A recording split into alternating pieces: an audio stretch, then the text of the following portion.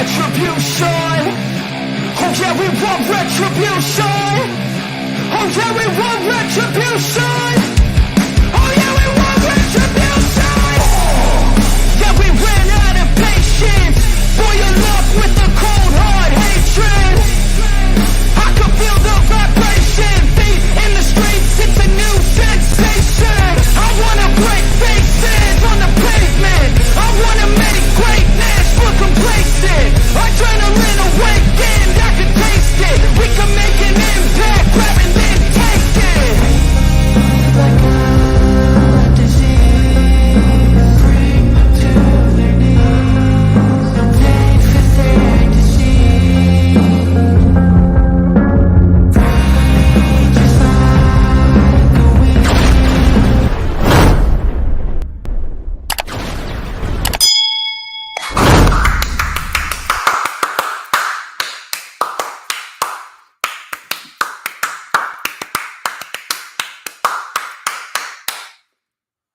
The summer is itching closer and closer to its bitter end.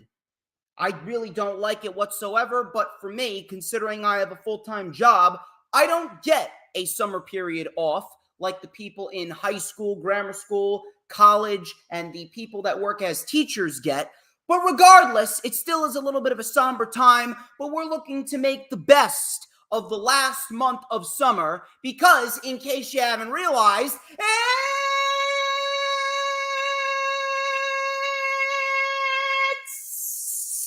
Saturday! You know what that means. We're live! Ladies and gentlemen, I'm the one and only DJ Storms, and I would like to welcome each and every single one of you back here to the greatest fucking show on earth, streaming live on 4 different platforms across 1, 2, 3, 4, 5, 6, 7 different accounts. And as always, we are rocking, we are rolling, we are getting down to the nitty and the gritty because that's what we do here whenever DJ Storms decides to go live and stream. And as of course, you already know who I am, Mr. Controversy and the operator of the best damn Twitter handle, no.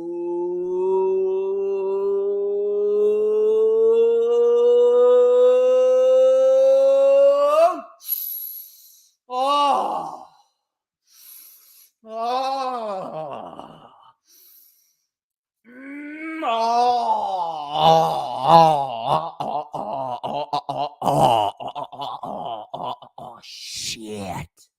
Do you smell that?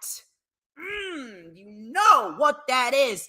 That right there is the smell of pure excellence, right down to the very last letter. Wait for it. Wait for it.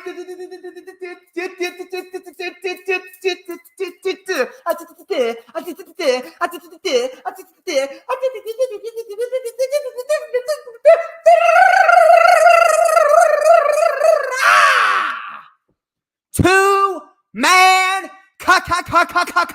kind. And this is the official Lightning Flash update for Saturday, August 5th, 2023. Collision and SummerSlam are tonight. Another big weekend in the world of professional wrestling, and August will indeed be a big month as we got SummerSlam and we got All In coming up. We got the build towards All Out as well. Plenty of good material coming to you guys in the wrestling world throughout the month of August. And as always, I am here with plenty of news, rumors, and reports to discuss. And of course, we're going to go over 4 weekly shows this week. Plenty good material coming to you guys from the DJ Storms brand side of things. Once again, thank you all for jumping on in and deciding to spend your Saturday afternoons with me. I see James Punaseca. He is watching on Facebook as we speak. We also got Raphael, Final Hoss, Sarah, Dee Dee, Dylan. Plenty of good people have decided to drop by and spend their Saturday afternoons with me, that being DJ Shizzle Dizzle. As of course, you guys haven't already done so, please make sure that you follow me on social media at HistoryMakerDJS. Once again, at HistoryMakerDJS. That is both on Twitter and Instagram. You can also add me on my personal Facebook as well. Please make sure that you like the official DJ Storms business page, and I may just send you an invite to join the official DJ Storms Posse group on Facebook. All those links are in the description, as well as the link to my friend Brittany K's Twitter and Facebook. She is a wonderful human being, a big supporter of the channel. I'm very happy to be partnered with her. She does beautifully crafted designs on her iPad from scratch of pro wrestlers, and she does Twitter abbeys and Twitter banners. She does a lot of great material on her side of the fence. So if you guys are looking for a new Twitter abbey, a new Twitter banner, if you guys are looking for some great designs of all sorts of professional wrestlers throughout the industry, she is your girl. She is your girl to go find that material. If you want to go and follow her and maybe ask her for some designs or a new banner or a new Twitter abbey, her Twitter is, it's X now. It's no longer Twitter because Twitter's dead now. But if you want to go follow her on X, I guess I'm gonna have to switch that up. The best damn X handle known to mankind, I guess. I don't really know. It doesn't have the same ring to it. Doesn't really have the same ring to it, but we'll figure it out. But if you want to go follow her on the X app, that is Brittany K5150. Go and follow her there. You can also follow her on Instagram at Brittany K Designs. And of course, for collaborations and business inquiries, please send me an email. My email is, of course, StormsTakeOver@gmail.com. Please make sure, if you have not already done so, that you go and check out the rundown for WWE SummerSlam 2023. That link is in the description, as well as the rewind for NXT, the Great American Bash. I went in depth on SummerSlam, and we preview and predicted all the matches going down tonight in Detroit. And on top of that, we also went out of our way on Tuesday evening to review everything that went down at NXT, the Great American Bash. Not a terrible show, not the worst show in the world, but was it a show to go back and rewatch? No. The only thing that I would recommend that you go back and rewatch is the main event between Ilya Dragunov and Carmelo Hayes. Please make sure, if you haven't already done so, that you like the stream no matter where you're watching it from, whether it be Facebook or YouTube or Twitch or Twitter. Of course, if you're watching on YouTube, be sure to subscribe to all of Hardcore Sports social media links. You can add us on Twitter. You can add us on Twitch. You can add us on Instagram. You can add us on YouTube as well. Subscribe and like and share all these social media platforms out, because we are looking to be the #1 brand in all of sports analytics, as we are itching closer and closer to 800 subscribers on the Hardcore Sports YouTube channel. And of course, on my YouTube channel, we're itching closer and closer to 2,200 subscribers. So if you haven't already subscribed, you better subscribe right now. Couple more announcements. As per usual, I am partnered with PWP Nation now, and I have been posting a lot on there. I've been posting some news, some rumors. I've been posting some thoughts and opinions and some good topics for discussion. So please make sure, if you haven't already done so, go check out PWP Nation. Once again, PWP Nation on Facebook, Pro Wrestling Powerhouse Nation, created by Jay Leto. Shout out to him. I am really having a fun time over there. I'm getting a lot of good engagements over there, even though most of the people on Facebook are brain-dead idiots. But then again, no one is on the intelligence level of DJ Storms. But go and check out PWP Nation Facebook page. Plenty more details to come as to what I'm going to be doing on there. And of course, today in Clifton, New Jersey, Pub 46, I will be headed over there to hang out with the peeps over from Wrestling Express, including Tommy McGrogan and Glenn Davidson and plenty of other people. Supposedly it's a meetup that's going to have about 60 to 100 people. It may be the biggest meetup that Wrestling Express has ever done. We're going to watch SummerSlam. I'm looking to relax and eat some good food, drink a couple Sprites, hang out with the peeps, watch some SummerSlam, and take some notes. It's going to be a fun night. It's going to be a fun night, and I'm very, very happy to be back with Wrestling Express once again after a 3-year hiatus. It is great to be back, and I'm having a great time over there at Wrestling Express. The one that we had back in September of last year, the meetup for All Out, was fantastic. So you can imagine that we're going to have a big, big, big meetup for SummerSlam as well. Please make sure when you hit the subscribe button on my channel or the Hardcore Sports channel, please make sure that you hit that notifications bell with a huge coup de grace. That's the most important thing, because that way you're going to know whenever I pop up on YouTube. Because whenever I pop up on YouTube, baby, it is the best time to be on YouTube. You know why? Because it's the only time you're going to get to see this glorious, so glorious sideburn chin strap combination and this beautiful mustache right here.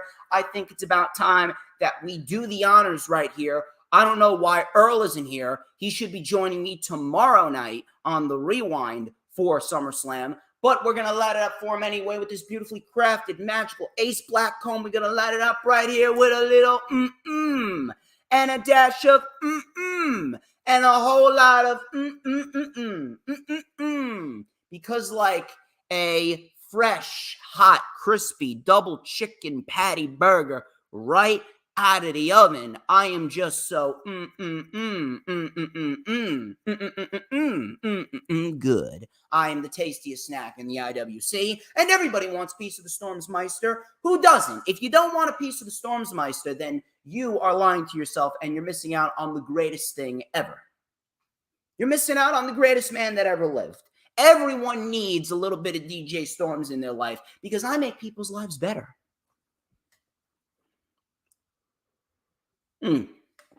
Anyway, enough of the self-brand promotion, the advertisements. We're going to get straight into the festivities here on the Lightning Flash Update. We're going to start off with some news, rumors, and reports, and I do have a lot to get into. Let's start off with a report from Ringside News. Ringside News was informed by a tenured member of WWE Creative that Isla Dawn and Alba Fire are, and I quote, not high up on any totem pole. So they slipped down the card in recent memory. Gee, I wonder why they are not high on any totem pole within WWE. Oh, that's right, because we got a nearly 80-year-old demented moron named Vincent Kennedy McMahon running the company after he supposedly retired last year. Of course, they're not high on the totem pole. And you know why? You know why? It's because Vince McMahon did not have a hand in creating them. I mean, look at all the evidence that we've seen recently. Dexter Lumis has gone missing. Johnny Gargano has gone missing. Tegan Knox has gone missing. Candice LeRae has gone missing. Indy Hartwell has gone missing. Nikki Cross has gone missing. Isla Dawn has gone missing. Alba Fire has gone missing. Cameron Grimes, he's made all but 4 television appearances on SmackDown since he was drafted in the draft. What more evidence do you need to know that Vince McMahon is running the show? This is nothing new to me.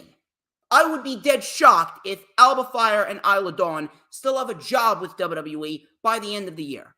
Because you know by the end of the year, this deal with Endeavor, this transaction, this sale with Endeavor is going to be finalized. It's not finalized yet, but trust me, it will be finalized. And when it's finalized, Vince McMahon is going to be virtually untouchable. He pretty much is untouchable at this rate. Or at least he thinks. We'll talk about what transpired earlier this week and what he was recently served. But Alba Fire and Isla Dawn, I mean, come on. If you thought that they had any plans to push Alba Fire and Isla Dawn in a prominent way on SmackDown since they called them up, you are sorely mistaken. Just another casualty of Vince McMahon swooping on in and trying to erase and eradicate everything that Triple H has created. Cora Jade apparently deleted her Twitter account, citing, and I quote, Hearing the opinions of you morons every day honestly makes me lose brain cells. So now she is on Instagram full time. Now, I don't really care. I don't really care. It means nothing to me. If anything, it just proves to me that Cora Jade is just not meant to be a public figure. Cora Jade is just a thin-skinned, liberal piece of garbage. She really is. She has absolutely no reason whatsoever to be involved as a public figure if this is the way that she's going to act. She can't handle any criticism. And I know that because I've criticized her on her terrible wrestling ability. She has tried to improve, but she's certainly not where she needs to be. And guess what? I criticized her for being a bad pro wrestler, and she blocked me. Now she's off of Twitter. Good. I'm not going to miss you. And to be quite honest with you, a lot of people should follow in Cora Jade's footsteps. If you do not want to be on Twitter, even if you are a public figure, you don't need to be on Twitter. You don't need to be on Twitter whatsoever. It is your choice to be on Twitter. If you do not like it on Twitter, whether you're a public figure or not, then delete the app. I enjoy Twitter in some aspects because I have met a lot of good people. And I've just learned to ignore what everyone says about me. But Cora Jade, she clearly cares too much about what people say about her. At the end of the day, Cora Jade is a liberal piece of garbage, thin-skinned, cannot handle criticism. So what does she do? She deletes her Twitter account. And to be quite honest with you, I don't even understand why Cora Jade would be getting any hate recently, because as far as I'm concerned, whenever I look at Twitter, it seems as though people are looking to stroke Cora Jade's ego at every single chance that they get. They simp over that woman. She could be getting called up to the main roster, but as far as I'm concerned, she hasn't done anything to prove to me that she is worthy of being called up to the main roster. So Cora Jade deletes her Twitter. I don't care, and it's going to be completely forgotten about because Cora Jade is a complete waste of space when it comes to being a pro wrestler, and she's a non-factor on Twitter. I unfortunately got some bad news for all of you Randy Orton fans out there. Fightful Select reported that sources within WWE Creative has said that as of this past week, Randy Orton has not been factored into any WWE Creative plans whatsoever. However, according to reports, he was indeed cited in the Detroit area for SummerSlam. Now, whether or not he makes an appearance on the show, that remains to be seen. Now, Randy Orton is sorely missed. Randy Orton is indeed sorely missed. But at this rate, I am not going to sit here and I'm not going to tell you, yeah, we got to rush Randy Orton back. Right now, the WWE does not need Randy Orton. What they need is much more than simply one guy to return out of nowhere. WWE right now needs a complete overhaul. WWE needs a complete reset after everything that has happened following WrestleMania. WWE has taken such a nosedive. It's unbelievable, to be quite honest with you. They have taken such a nosedive that I can't even describe it. I really can't even describe it. They have gone from one of the best WrestleManias that they've put on of the modern era, and they have wasted all of that momentum. If anything, they gained momentum following every single major premium live event this year, minus the Royal Rumble, because that was a terrible show. And every single time, they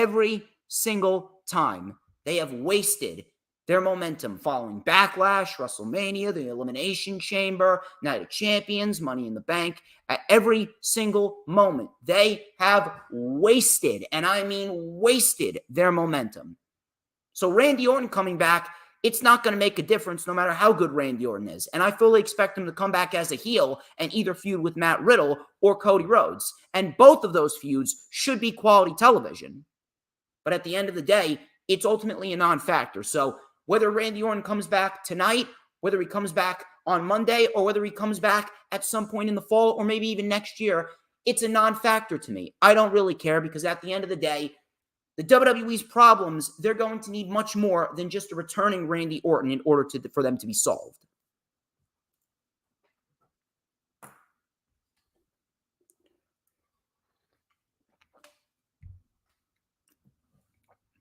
This report could ultimately go down as untrue. We'll have to wait and see following SummerSlam, but this report I really don't understand. I mean, I don't understand it, and then I do understand it at the same time. Wrestling Observer Radio reported that Ilya Dragunov is not set up for a main roster call-up anytime soon. Now, on the one hand, I don't understand it because at the end of the day, Ilya Dragunov is legitimately the picture-perfect guy that you would want on the main roster to be a legitimate badass. And I'm talking about a badass babyface because right now, WWE has zero badass babyfaces. Zero badass babyfaces whatsoever. Ilya Dragunov is a guy that is as legit as they come. This man ended the reign of Gunther as NXT United Kingdom champion after 870 days. This man has showcased to everyone just how good he is. He can legitimately work with anyone. It doesn't matter who you put him in the ring with. You put him in the ring with a plastic doll, he will put on a great match with it. Ilya Dragunov is just that good. He's almost like a mini Gunther, if we're going to be quite honest here. Ilya Dragunov would bring a sense of legitimacy to the main roster that we have not seen in God knows how long. He would legitimately, if you put him on SmackDown, you'll have essentially the mini Gunther on SmackDown bringing legitimacy to everything that he is in. Because Ilya Dragunov is a legit fighter.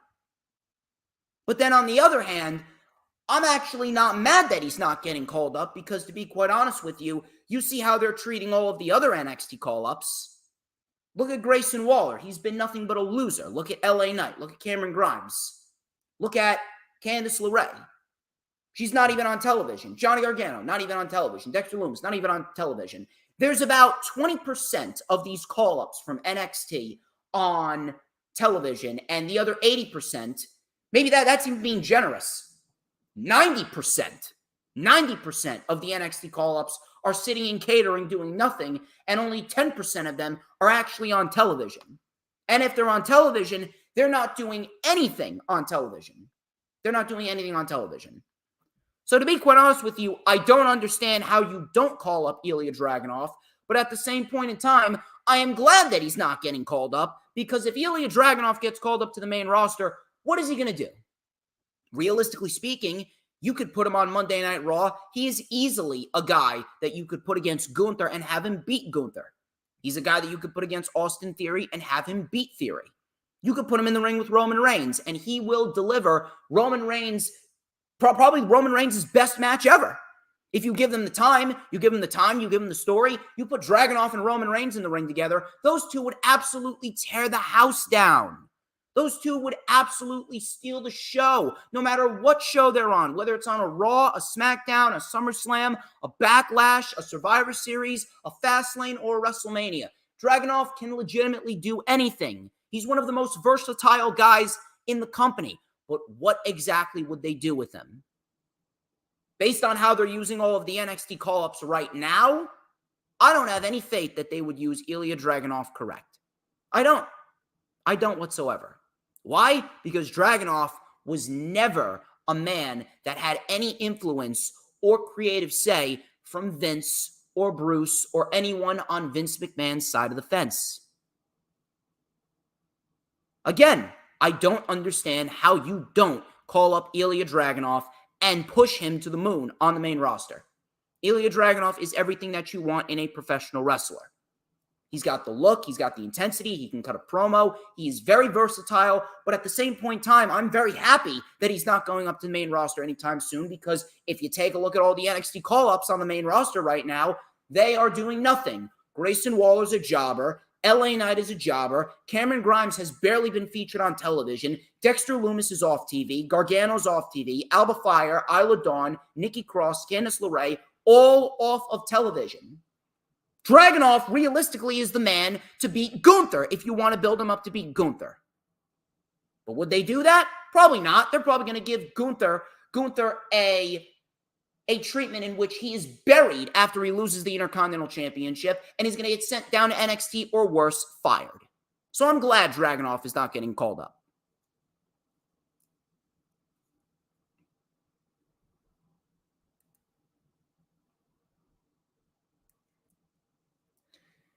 Speaking of NXT, Speaking of NXT, it was actually confirmed on NXT this past Tuesday that Dominic Mysterio will be putting the NXT North American title on the line against Dragon Lee. And Dragon Lee then revealed that Rey Mysterio will indeed be in his corner for the match coming up this Tuesday. Now, I'm not really sure what this is going to entail. If anything, if Dragon Lee wins, I'm going to ask the question why you even bothered putting the title on Dominic to begin with. Why didn't you just have Dragon Lee beat Wesley? And Dragon Lee will have all that credibility transferred to him from Wesley, and he will be the new North American champion. I don't understand why. I really don't understand why we are in a scenario in which Dominic Mysterio is the North American champion. He could very well lose it to Dragon Lee after a 3-week meaningless title reign. And people in WWE on Vince's side of the fence actually believe that the Judgment Day is going to keep the ratings at a steady pace on NXT television. Some people are so stupid that they actually think NXT is the best wrestling show of the week. NXT is the worst wrestling show in the industry right now. But if Dragon Lee is having Rey Mysterio in his corner, I really don't understand how Dragon Lee loses. If anything, Dragon Lee should have been the guy that Wesley lost the North American title to from the beginning. Dragon Lee's booking on NXT has been piss poor. If this is a turnaround, I'm all for it. But if anything, I would not be shocked if Dominic Mysterio ends up winning. I would not be shocked if Dominic Mysterio ends up winning. Now, Wesley, he looks to be going after Carmelo Hayes. Wesley looks to be going after Carmelo Hayes, and he could very well be in the NXT title hunt. Now, I don't have a single issue with that whatsoever, because if you guys remember back in the day, Wesley and Carmelo Hayes put on a great main event on NXT television, and Carmelo Hayes' NXT title reign has been great. Carmelo Hayes' NXT title reign has been full of bangers. Grayson Waller, Braun Breaker, Baron Corbin, and Dragunov. So Carmelo Hayes and Wesley, I got no issue with that. I just hope that Dragon Lee is the man to beat Dominic Mysterio. But then again, I will question, why'd you give Dominic Mysterio the title to begin with? It wouldn't shock me if Dragon Lee wins the title and then Dominic wins it right back.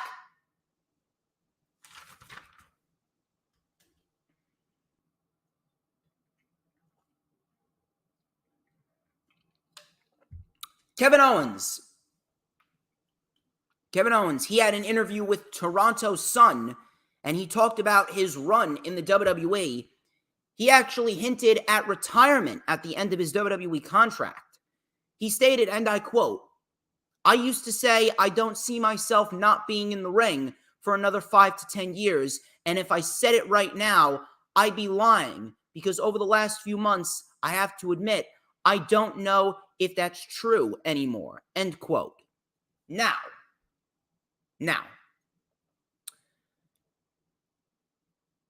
I can't really say I blame Kevin Owens.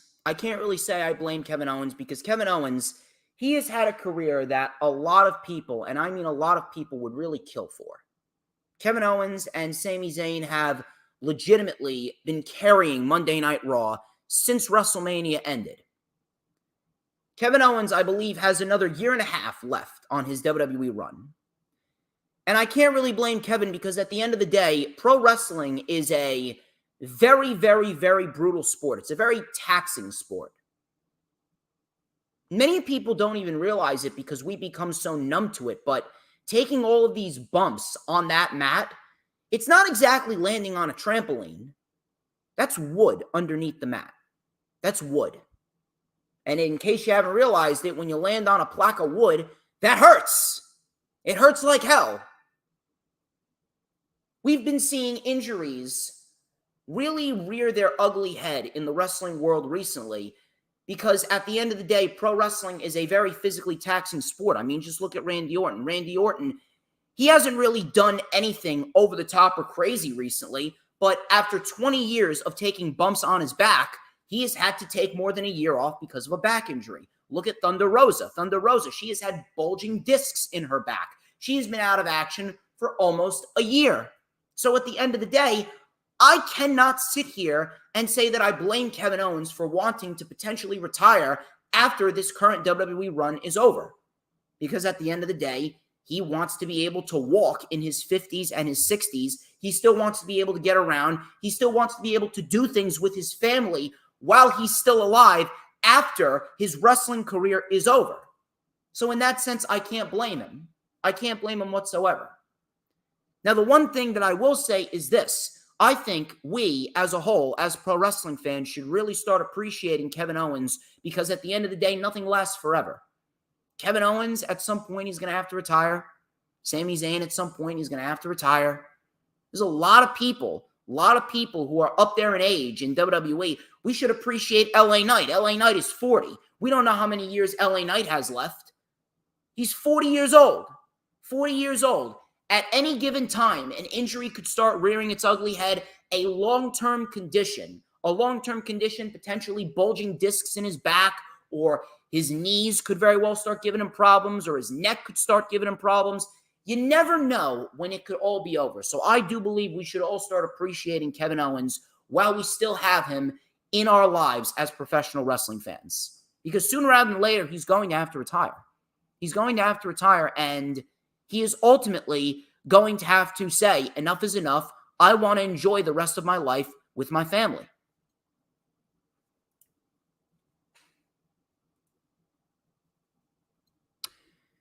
Moving on here, I got a report on Dynamite from this past week. It was Dynamite 200, and Scott Garland,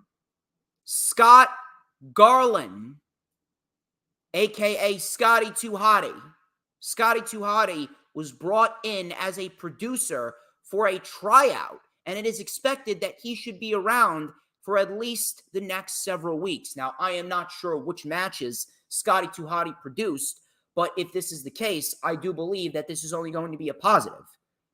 This is only going to be a positive because Scotty Too Hotty was one of Triple H's right-hand men down in NXT Black and Gold when NXT Black and Gold was at its peak. So at the end of the day, if you take a look at all the matches that we've seen over the course of the last 10 years in NXT Black and Gold, before they made it into 2.0, when NXT Black and Gold was alive and well, when that show was alive and well and at its peak before it moved to the USA Network, Scott Garland was right in the middle of it all, putting on great matches and producing great matches. His production skills alongside Triple H were great. So you can imagine how good he's going to be working alongside Tony Khan as a producer. It is a great thing. This is only going to enhance AEW from a backstage perspective if he does decide to sign a long-term deal. Do I think he will? I am not sure. We'll have to wait and see. But based on what happened this past Wednesday, we got some damn good wrestling this past Wednesday. He could have produced any one of those matches. For all we know, he may have produced the Ring of Honor Tag Team title match between Aussie Open, Vikingo, and Commander. So we'll see what happens going forward with Scotty Too Hotty as a producer. Speaking of producers, it was revealed by Fightful that Abyss and Jason Jordan, they produced the Ludwig Kaiser versus Matt Riddle and the Chad Gable versus Gunther matches, respectfully. And those two matches were easily the two best things about Monday Night Raw. They were fantastic. So Abyss, he produced Ludwig Kaiser and Matt Riddle. That was one hell of a match. That may have been the best match on Monday Night Raw this past Monday. And Jason Jordan and he worked together with Chad Gable and Gunther, and they delivered one hell of a performance. It really goes to show you that when you give individuals like Chad Gable the opportunity to go out there and showcase their skills, they come out there swinging for the fences, and Chad Gable hit a home run with that match against Gunther. Matter of fact, I would actually like to see Chad Gable versus Gunther on a pay-per-view. I hope Gunther retains the Intercontinental title tonight, and then we get Gunther and Chad Gable on a pay-per-view down the line. That would be fantastic. But Jason Jordan and Abyss, they got themselves into the good graces of the IWC, producing two very good TV matches with Chad Gable and Gunther and Ludwig Kaiser and Matt Riddle this past Monday. Now it's time to get into the juicy material. It was revealed on Wednesday that Vince McMahon was given a search warrant and served a federal grand jury subpoena on July 17th. However, no official charges have been filed. During the quarterly conference call, it was stated that the company has received voluntary and compulsory legal demands for documents, including from federal law enforcement and regulatory agencies, concerning the investigation and related subject matters. So pretty much what it said was this all ties into the investigation, the government investigation that is set to take place with Vince McMahon. It was set last year. It just never got around to it. But the question is, how long are they going to put it off? Is a government investigation really going to happen, or is Vince McMahon going to pay off the government? At the end of the day, I always thought to myself, okay, this had to do with the allegations, spending company money to pay off some women so that way they could keep themselves hush over the fact that Vince McMahon is a sexual predator. But in the end,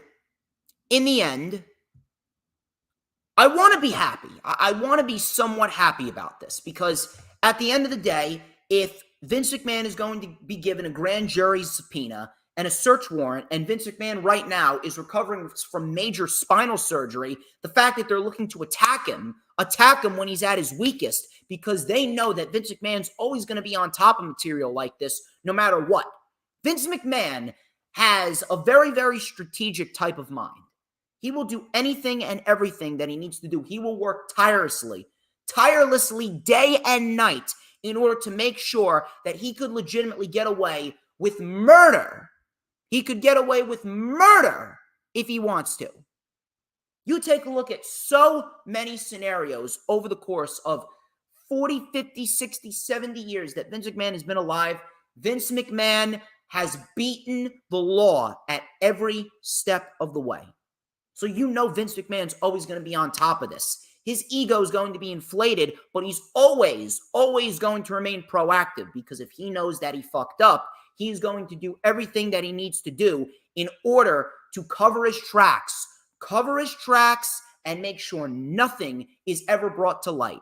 And if things are brought to light, make sure that he pays off someone to make everything magically disappear. But now that he's recovering from spinal surgery, they're attacking him and they're striking when he's at a weak point. They're striking when he cannot strike back, at least not now. And I want to be happy about this, because more likely than not, this should mean that Vince McMahon is going to have to testify. And if they do find something, which I do believe that they have something on him, they got to have something on him. There's no reason why the federal government would issue a search warrant and a grand jury subpoena on Vince McMahon if they didn't have something. There's no reason why they would issue this on Vince McMahon if they did not have legit, concrete, solid evidence against him that could help them win the case and put Vince McMahon behind bars, or at least get him removed from his position as executive chairman. But at the end of the day, no matter how good this may sound on the outside, I can't bring myself to be fully excited about this. I really can't. I'm legitimately numb to this at this point. I'm legit numb to this because, again, like I mentioned before, you take a look over the years, how many times has Vince McMahon beaten the law? Look at what happened with the steroid trials. He should have been in jail in 1994. And he beat the government. What about what happened with Jimmy Snuka? Jimmy Snuka legitimately killed his girlfriend, and Vince McMahon paid off the cops to let Jimmy Snuka go. What about the Owen Hart situation, the Chris Benoit scenario? What about what happened 3 years ago with COVID?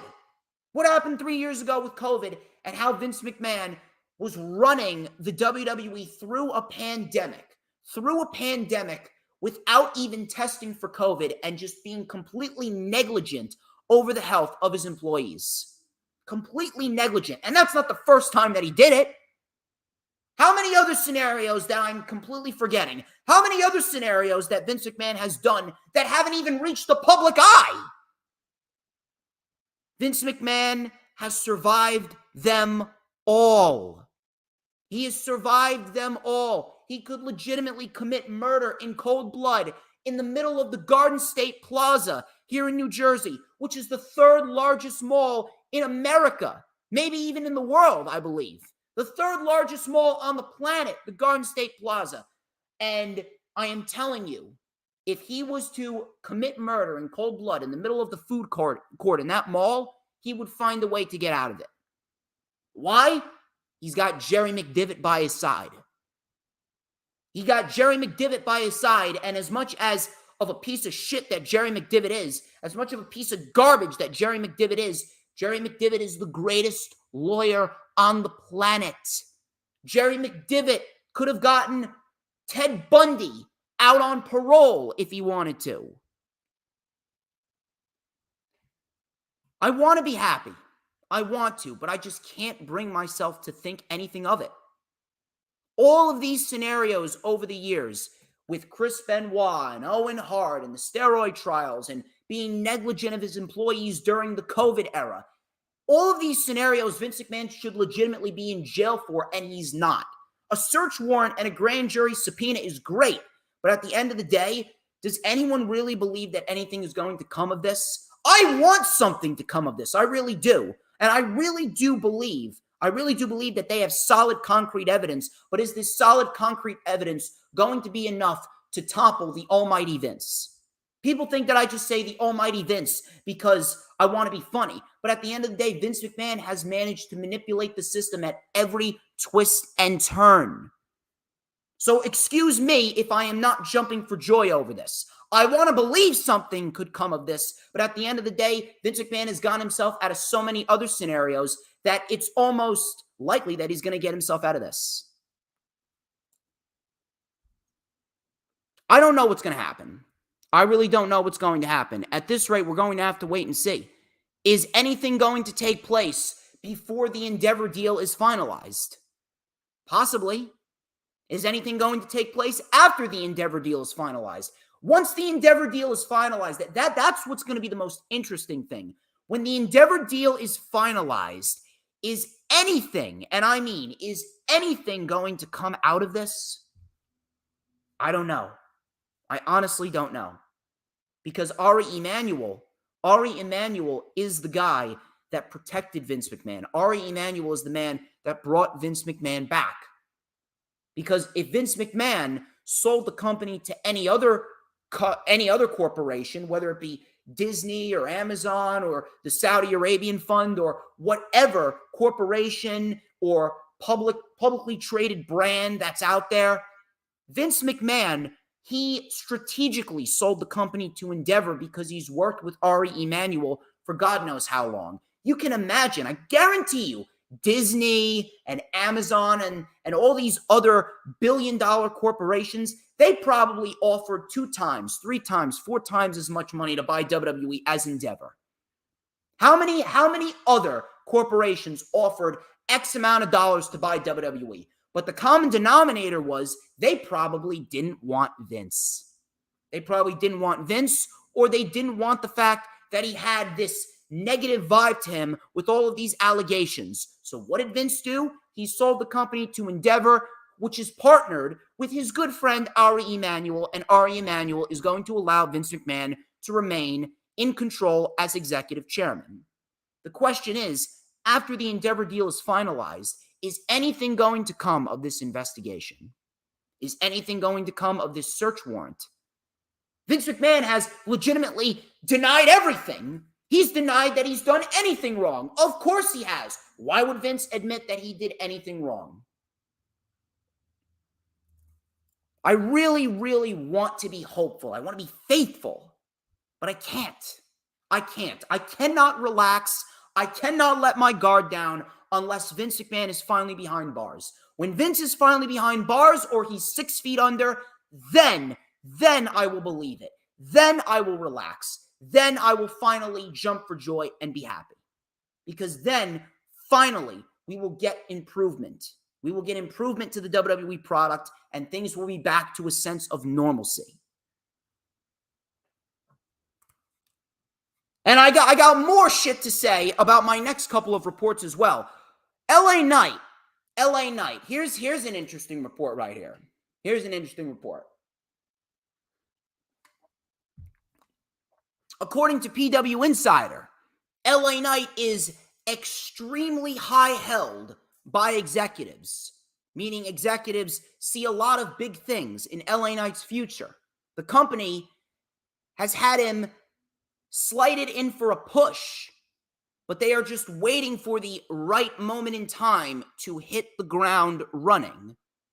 So let me get this straight. LA Knight is highly regarded by WWE executives, but yet they're not pushing him, yet they're waiting for the right moment in time.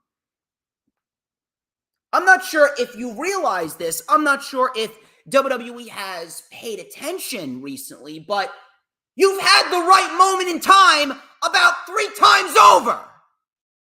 Andre the Giant Memorial Battle Royal, he should have won that, didn't win. Money in the Bank ladder match, he should have won that, didn't win. United States title, he should have won the Invitational, so that way he can go and fight Austin Theory. And he didn't win. He gave it to Santos Escobar at the end of the day. And Santos Escobar is great, but he's not LA Knight. 3 times over. Now we have a 4th opportunity in the Battle Royale today at SummerSlam. What are you waiting for? What exactly are you waiting for? Right moment in time? The right moment in time is right now. The right moment in time was April. The right moment in time was July. The right moment in time is today. What's going to happen today? Do you think he's winning? I don't. What are they waiting for?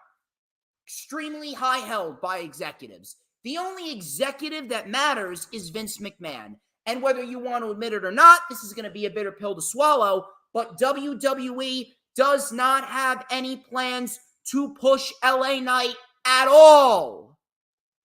He doesn't. Vince doesn't have any plans at all. And what Vince says goes.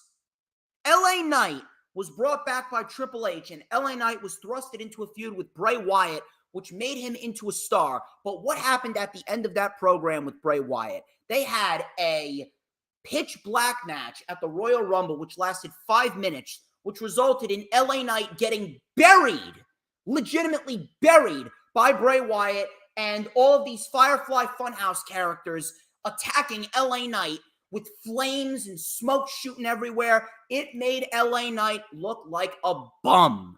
It made LA Knight look like a bum. But yet, he became more popular. LA Knight has been the resident enhancement talent on WWE TV all year. But yet, his reactions have gotten louder and louder and louder. And why have they gotten louder? Because he's being himself. He's not doing anything but being his charismatic self. It's the same reason why Daniel Bryan got over. He got over by just doing what he does, going in the ring and wrestling. He went in the ring, he wrestled, he was charismatic, he was funny, and the people gravitated towards Daniel Bryan when he was in WWE fighting the Authority. It's the same exact scenario. Same exact scenario with LA Knight. I really don't understand. I really don't understand. WWE, they never had a chance. They never had a chance that they were going to push Bryan Danielson. They weren't. They were never going to push Bryan Danielson. They were going to just let things fade out with Bryan Danielson. They were going to let things fade out with Bryan Danielson. And Bryan even said it himself, he was set to fight Sheamus at WrestleMania 30. He was set to fight Sheamus at WrestleMania 30. He was never, ever supposed to be in the main event. We got him to the main event because of our support. But WWE, what were they going to do with Bryan Danielson following WrestleMania? Bryan Danielson was set to face Brock Lesnar at SummerSlam, and he was going to get buried by Brock Lesnar. That squash match with John Cena, that was supposed to be Daniel Bryan versus Brock Lesnar at SummerSlam 2014. WWE would have fed him to Brock Lesnar and had Brock Lesnar absolutely destroy him. Brock Lesnar would have destroyed Bryan Danielson in 2014 had he not gotten injured. See, WWE likes to play things out pretty strategically. They like to push someone. They like to push someone because they have no choice, because the fans are just so loud that they have no choice but to push them. But then after they push them for a little bit, then they'll regress on their push and they'll completely bury them. But with LA Knight, I don't think that WWE is going to push him at all. If WWE wanted to push him, then they would have already pushed him. If WWE wanted to push LA Knight, then they would have pushed him already. And they haven't. Why? Because Vince McMahon never saw LA Knight as a man to invest his time into. He was going to get fired. He was going to get fired last year. He's lucky that he is still employed by World Wrestling Entertainment. Had Vince not retired, LA Knight would have still have been Max Dupree, and he would have been fired. Triple H brought back LA Knight. He organically got over. Now, Vince McMahon has no choice but to feature him on television, but you think that he's going to push him? Of course he's not. He's had 3 opportunities to push him already. Tonight, he has another opportunity. What happens if LA Knight doesn't win the SummerSlam Battle Royale? We're going to be stuck in the same position that we were in. Now, LA Knight could still beat Austin Theory at some point in the fall and become the United States champion, but do you have any faith that they're going to do that? I don't. And even if they do you think that LA Knight is really going to be booked properly as the United States champion? It's a miracle that Gunther has been able to remain as dominant as he has been for this long. Gunther, for the last 7 months, has been able to remain on top as the Intercontinental Champion, even with Vince McMahon in charge. Because Vince can't make it too obvious. He can't take it out on Gunther, because if he takes it out on Gunther, then people will really start catching on. I caught on quick because I'm the smartest man alive, let's be real here. But LA Knight, I mean, he could do whatever he wants to LA Knight. He can have LA Knight lose all the big matches that he wants. Because at the end of the day, LA Knight never rose to the same prominence that Gunther rose to when Triple H was in charge. LA Knight was just starting out when Triple H was in charge. WWE doesn't have a single plan to push LA Knight. They don't. I guarantee you right now that the WWE is just going to spin the wheels with LA Knight. They're just going to spin the wheels with LA Knight until he fades away. If LA Knight was going to be pushed, he would have already have been pushed. Because if the fans want something, you give it to them.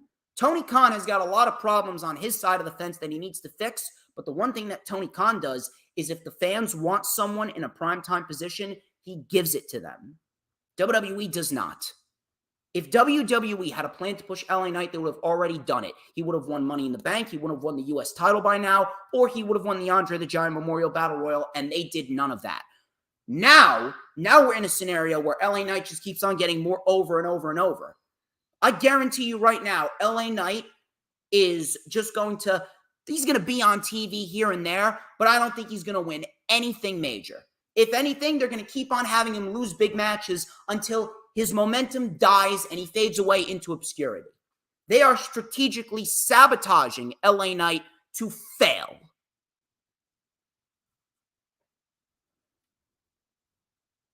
Dave Meltzer,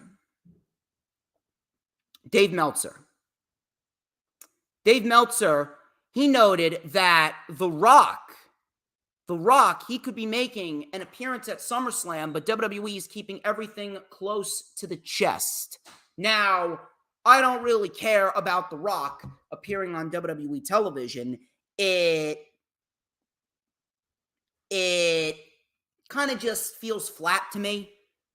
The Rock in a scenario where he could potentially be fighting Roman Reigns at WrestleMania, I think we are well past that. But at the end of the day, You know, if WWE has a maybe from The Rock, you know that they're going to bend over backwards because we got to get The Rock and Roman. If anything, if The Rock is going to appear at SummerSlam, I can't see WWE building up an 8-month-long storyline for The Rock to go and fight Roman at WrestleMania 40. I just can't. Because WWE, they don't have that type of patience. It's always, get it out now, get it out now, get it out now. If they are going to do Rock and Roman, I could potentially see it happening at the Saudi Arabian show in November. I could see it happening then because, listen, WWE gets paid stupid money from the Saudi Arabian shows. So if The Rock wants to make a quick buck, they could very well put him on the Saudi Arabian show. And if the Saudi Arabian prince wants it, Saudi Arabian prince is going to get it. We'll see what happens there, but it hasn't really caught as much fire as I thought it would.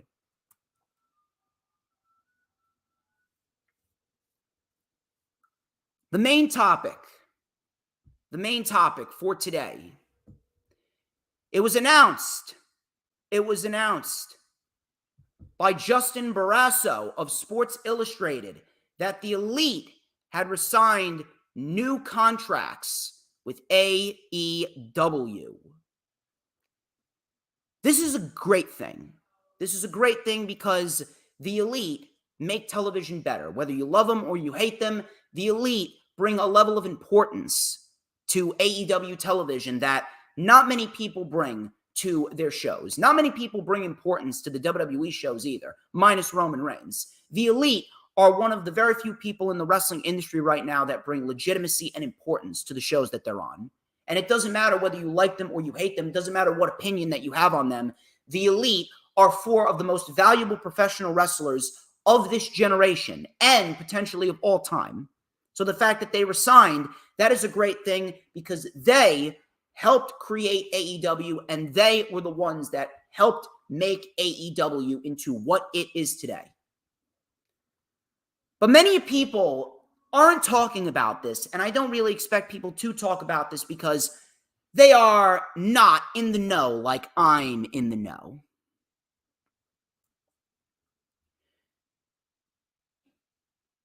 I want you guys to really let this sink in. And what I'm going to say may not be the most popular thing, but at the end of the day, this is the gospel truth, and it is a very bitter pill to swallow for some people.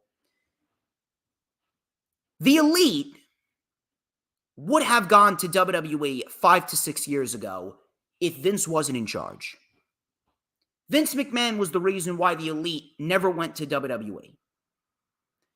If Triple H was running the WWE during 2017, 2018, and 2019, that period, if Triple H was not in a position where he was just running NXT, if Triple H was not being shafted by Vince McMahon, if NXT talent was not being buried on the main roster after having a great run in NXT, if Triple H was in charge of NXT, Raw, and SmackDown through 2017, 2018, and 2019, I guarantee you right now that the Elite would have signed with WWE. They would have gone through NXT. They would have had great careers in NXT. They would have gotten called up to the main roster, and they would have been multi-time champions, and they would have main evented multiple major shows in the last 6 years. But they didn't. Why? It's because the whole reason why AEW was founded was to give professional wrestlers like Omega, like the Bucks, like Darby and Sammy and MJF and Orange Cassidy and people like that opportunities that WWE was not giving them because WWE doesn't know talent if it slapped them in the face. Because Vince McMahon is stuck in this deluded mentality of, if I didn't create it, it's meaningless, which is the worst type of mentality that a CEO could have. Undoubtedly the worst kind of mentality that anyone of that nature could have. I'm not even joking. If you are in this mentality of, if you didn't create it, then it's worthless, you do not deserve to be running a major company. You don't. Vince McMahon does not know talent if it was staring him dead in the eyes. Vince McMahon would not know talent if it took a frying pan and bashed his skull in. Whether you want to admit it or not, Kenny Omega, Hangman Page, and the Young Bucks are four of the greatest professional wrestlers of our lifetime. The Young Bucks will go down as one of the greatest tag teams, maybe even the greatest tag team of all time, right next to FTR. Kenny Omega, whether you want to admit it or not, is one of the top 5 greatest wrestlers ever. Hangman Page is a main eventer anywhere in the world. His AEW title run proved that. He was putting on bangers with everyone. If Triple H was in charge of WWE, AEW would not exist. Vince McMahon don't recognize talent for jack. You think that this was about money? This wasn't about money. None of this was ever about money. The elite don't need money. I'm going to throw out another bitter pill to swallow. Money's not everything. Money is not everything. You know why? Because if you are great at what you do, then the money is always going to be there. If you are great at your job, then there will always be money flowing into your pockets.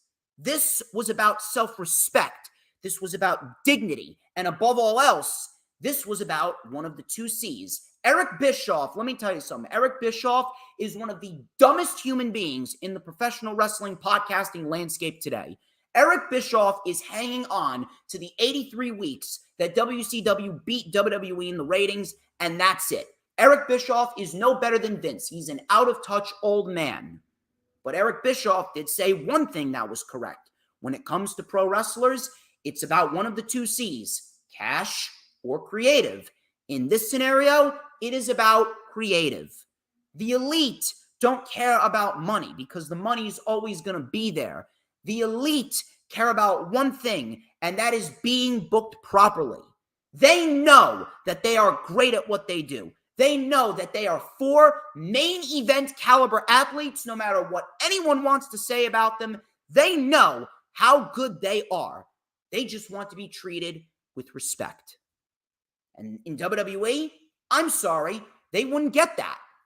Cody Rhodes signed with WWE for a personal reason because he wanted to fulfill his father's destiny because his father never got a chance to win the world championship. And that's fine. I had no problem with that.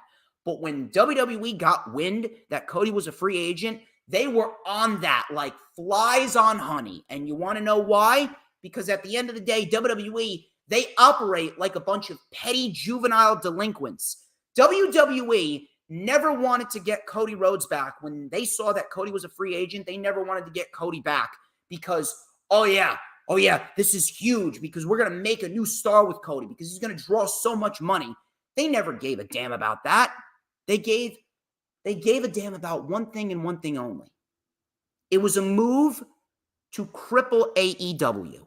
It was a move to wave Cody in AEW's faces as if they just won a third grade spelling bee and they got a plastic trophy. Hey, look, we won. We got one of your guys. That's all WWE cared about. WWE never cared about pushing Cody Rhodes like a major player. Cody Rhodes has worked his ass off to prove that he deserves to be the face of a brand. He deserves to be a world champion. WWE doesn't even realize that they had a chance to destroy AEW. You want to know why the Elite re-signed with AEW? It's because Cody Rhodes lost at WrestleMania. If you don't think Kenny, the Bucks, and Hangman, if you don't think that those individuals and many other individuals in AEW, you don't think they were watching that matchup at WrestleMania Night 2 like hawks? You don't think that everyone in that company was keeping a close eye on Cody Rhodes and Roman Reigns at WrestleMania 39? Everyone in that company was watching Cody Rhodes and Roman Reigns because they were waiting with bated breath to see what WWE was going to do. At one point in time, WWE was the goal. It was the end-all, be-all for all pro wrestlers to go to in order to make a statement, in order to make a living. It's not the end-all, be-all anymore. Because at the end of the day, a lot of pro wrestlers are realizing that it doesn't matter. It doesn't matter how much money I'm making. As long as I am making a hefty amount, as long as I am happy with what I'm doing, as long as I keep my dignity and self-respect, that's all that matters because I am good enough. I am good enough to know that no matter where I go, the money is always going to be there and I'm going to make a decent living. WWE's not the end-all be-all anymore. Cody Rhodes did everything right. He did everything right, and he proved that he deserves to be a world champion, and he's earned that right. The fans wanted it. Cody was ready. Cody was ready for a world championship. And it's because of their own personal agenda, their pettiness, and their fetish for Roman Reigns that Cody Rhodes did not win the world championship. Because they're thinking to themselves, well, you know what? If WWE is not going to rightfully reward Cody Rhodes for all of his hard work, if WWE is not going to take Cody Rhodes and give him the world championship after he's earned it, after all the work that he's put in his 17-year career, everyone in AEW who watched that match, they thought to themselves, I'm not going to sign with this company. Because what that was a message. That was a message sent by WWE to AEW, is that no matter who you are, we are the ones in control, and we will book you however we deem fit. Whether you want to admit it or not, WWE ruined Cody Rhodes. Why would Kenny and the Bucks and Hangman Page go to WWE? Because of what? Money? They don't need money. They're making just fine amounts of money over in AEW. It's all about their legacy. You don't think Omega knows how good he is? You don't think Omega knows that he is worthy of being a WWE champion? You don't think that the Young Bucks know that they are capable of putting on match of the year candidates with everyone that they step into the ring with? It doesn't even matter if they lose. They just don't want to look like bums. Same thing with Hangman Page. It doesn't matter about them losing. They can take a loss. Kenny Omega was pinned by Wheeler Yuta at Double or Nothing. He doesn't care who he loses to.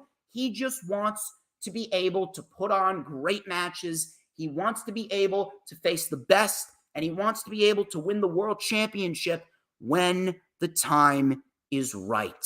That's all that Kenny Omega, Hangman Page, and the Bucks care about. They just care about being booked properly. Look at how Cody Rhodes has been booked coming out of WrestleMania. He has been made into a bargain basement version of John Cena. He's reciting nursery rhymes in his promos, and he's getting his ass beat by Brock Lesnar every other week. And then I got people that are going to come at me and say, well, DJ Storms, the Cody losing at WrestleMania had nothing to do with the Elite re-signing with AEW. It had everything to do with the Elite resigning. The Elite want to be treated with respect. The Elite wanted to be treated like the great talent that they are. They want to be treated like the main event talent that they have proven to the world that they are. And WWE was not going to do that. People want to say, oh, WWE never had any interest in the Elite. Oh, they had interest. They had a lot of interest. But it wasn't because that they're talented.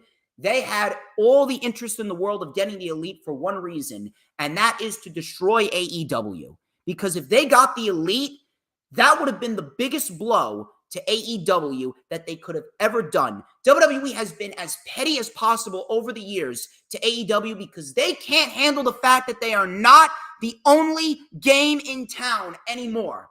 They cannot handle the fact that there is someone who is going to compete with them. And AEW is not even trying to compete with WWE. They just want to give the fans good pro wrestling. WWE doesn't even realize that if they collaborated with AEW, they could be making 2 times, 3 times, 4 times as much money. And don't tell me that that's not possible. It is possible. It is more than possible. You cannot tell me. I'm going to throw it out here right now. If WWE and AEW were to do their own version of Forbidden Door, that one event, you throw it in whatever stadium that you want, that one event will draw more money than any WrestleMania in history. Fact. I guarantee it. WWE wanted to cripple AEW because without the Elite, there is no All Elite Wrestling. You can't have Elite without All Elite Wrestling. You can't have All Elite Wrestling without the Elite. They go hand in hand. It's like a chicken sandwich with no chicken. Doesn't make sense. The Elite helped create AEW, and the Elite are going to help lead that brand into the future until the new generation is ready to take their spot. WWE wanted the Elite so that way they could destroy AEW, but they weren't willing to put their own agendas and Roman Reigns' fetish aside to do it. If Cody Rhodes was world champion right now, I am telling you, if Cody Rhodes was world champion right now, Kenny Omega and the Bucks would have signed with WWE, and Kenny Omega and the Bucks and Hangman would be on WWE TV by the next year. They re-signed with AEW because they want to build their legacy as great pro wrestlers, not as pro wrestlers that merely got a paycheck and were jobbers in WWE. We're pretty much proverbial punching bags for Brock Lesnar like Cody Rhodes is. They don't want that legacy. Cody Rhodes has been ruined. The Elite resigned because they know where they are valued. They are not valued in WWE. WWE merely wanted them to wave it as a sign of victory in AEW's face. The Elite signing with WWE would have crippled the company so much it would not have been able to recover. AEW is going to be around for a long time, and the Elite are a major, major factor in that. Those are your news, rumors, and reports. Hope you guys have had a great time thus far. Thank you all for stopping by. Thank you to Lisa. Thank you, Sarah Hapka. Thank you, Jeremy Lewis. You guys are great. And we're going to talk about the weekly television shows in just a little bit. Monday Night Raw. Monday Night Raw. Boring. Boring. Boring. Boring. So Logan Paul, this was actually one of the better parts of the show. Logan Paul, he kicked off the show. He interrupted the fans who were all having a great time and all that. And Logan Paul was interrupted by Ricochet. So Ricochet said that he respects Logan Paul's grind. Paul then offered Ricochet a fist bump after praising him, and Ricochet accepted. Paul then said, oh, hold on, one more thing. I just hope that there's no hard feelings when your fiance, Samantha Irving, announces your winner, Logan Paul. So afterwards, we had a little bit of a brawl, and Ricochet ended up taking a right hand by Logan Paul, and Logan Paul ended up standing tall leading up to the match today. I will say this. Coming out of WrestleMania, WWE television has been absolutely atrocious in every sense of the word. But, I will admit, Logan Paul and Ricochet have had a pretty decent build-up. And I'm very happy that Ricochet has gotten a prominent showcase here on WWE television throughout the summer. He's earned it. And I really do hope that, based on what happened on Monday, I really do hope that Ricochet is going to end up coming out victorious tonight. But this was not bad whatsoever. Not a bad open at all. Matt Riddle and Ludwig Kaiser. This was a very good, very, very, very good match. Matt Riddle's always been great, but Ludwig Kaiser, I did not know that Kaiser was this good. Ludwig Kaiser is a very, very underrated pro wrestler. So Riddle came in with a PK and a floating bro to Kaiser. Coming back from commercial, we had a nice German suplex for a 2 and a Broton by Riddle. Nice clothesline by Kaiser and a rolling Death Valley driver. Kaiser then followed up with a penalty kick for a 2. Riddle then with a final flash and a Fisherman Buster. Powerbomb into another final flash knee for a 2. We had a knee by Riddle, moonsault missed. We had a running enziguri by Kaiser and a Rainmaker DDT. And Kaiser gets the win over Matt Riddle clean in what was a very good match. And I had no problem with Ludwig Kaiser getting the victory here at all. I had no problem with this whatsoever because at the end of the day, Ludwig Kaiser and Giovanni Vinci have virtually been jobbers. They've virtually been jobbers throughout this Imperium run on the main roster ever since Imperium became whole again at Clash at the Castle. So Ludwig Kaiser getting a clean victory over Matt Riddle, that right there is a great thing because now Ludwig Kaiser directly reflected Gunther as a winner. Because whenever Imperium, Giovanni Vinci, and Ludwig Kaiser, whenever they lose, that's a direct reflection on Gunther. So Ludwig winning here, I have no issue with that because now Ludwig is starting to gain some credibility. Now let's gain some credibility for Ludwig and Giovanni as a tag team. I did not mind Ludwig winning this match at all. We had a promo package for Cody Rhodes and Brock Lesnar. I do not care. I do not care. Means absolutely nothing. I just hope to God that it's over. Although I saw a report from Ringside News that they could very well be in a scenario where they're going to book another Cody Rhodes Brock Lesnar match coming out of SummerSlam. Lord help us all. Lord help us all.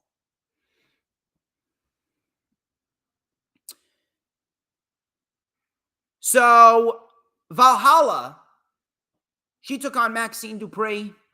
Again, I didn't care. I didn't care whatsoever. This was just a match to continue the feud with the Viking Raiders and the Alpha Academy. It meant nothing. It went 3 minutes. Maxine Dupree got the win with a queen suplex, and that was pretty much that. I didn't care. Meant nothing whatsoever. I don't see Maxine Dupree as a full-time pro wrestler. I really don't. I don't see it as a full-time pro wrestler. She was just put in this scenario because she was tasked with the job of getting rid of Valhalla, and I'm guessing that we're probably going to get one more match with the Alpha Academy and the Viking Raiders. But at this rate, I'm over it. It's done nothing for either team, so just end it. At the end of the day, Maxine is nothing more than a manager for Otis and Gable. So I don't see her being a consistent pro wrestler in the ring. Judgment Day came out to address the crowd. It's the same song and dance every single time. Balor promised that Rollins will wake up every day and remembering that Balor took his world title and all that other crap.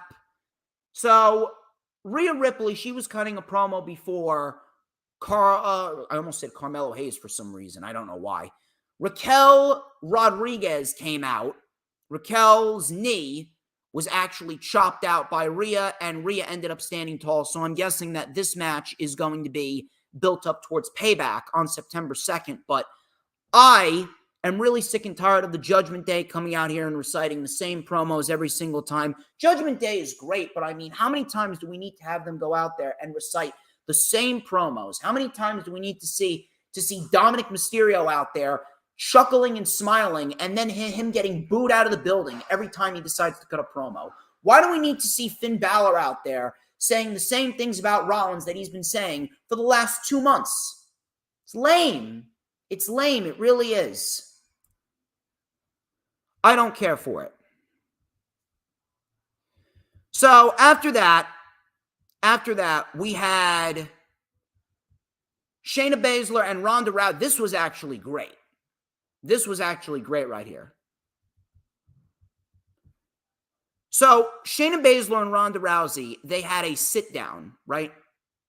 They had a sit down. They were in separate rooms, and we had a scenario where they were going through each other's history, and Shayna Baszler was talking about how Ronda Rousey was manipulative of her, and how Ronda Rousey said that wasn't true whatsoever, and she just wanted a friend, and feeling that friend stab her in the back, it was just heartbreaking. And we had Shayna Baszler say that outside of Ronda Rousey's mother and her husband, she was the only one to hold her kid.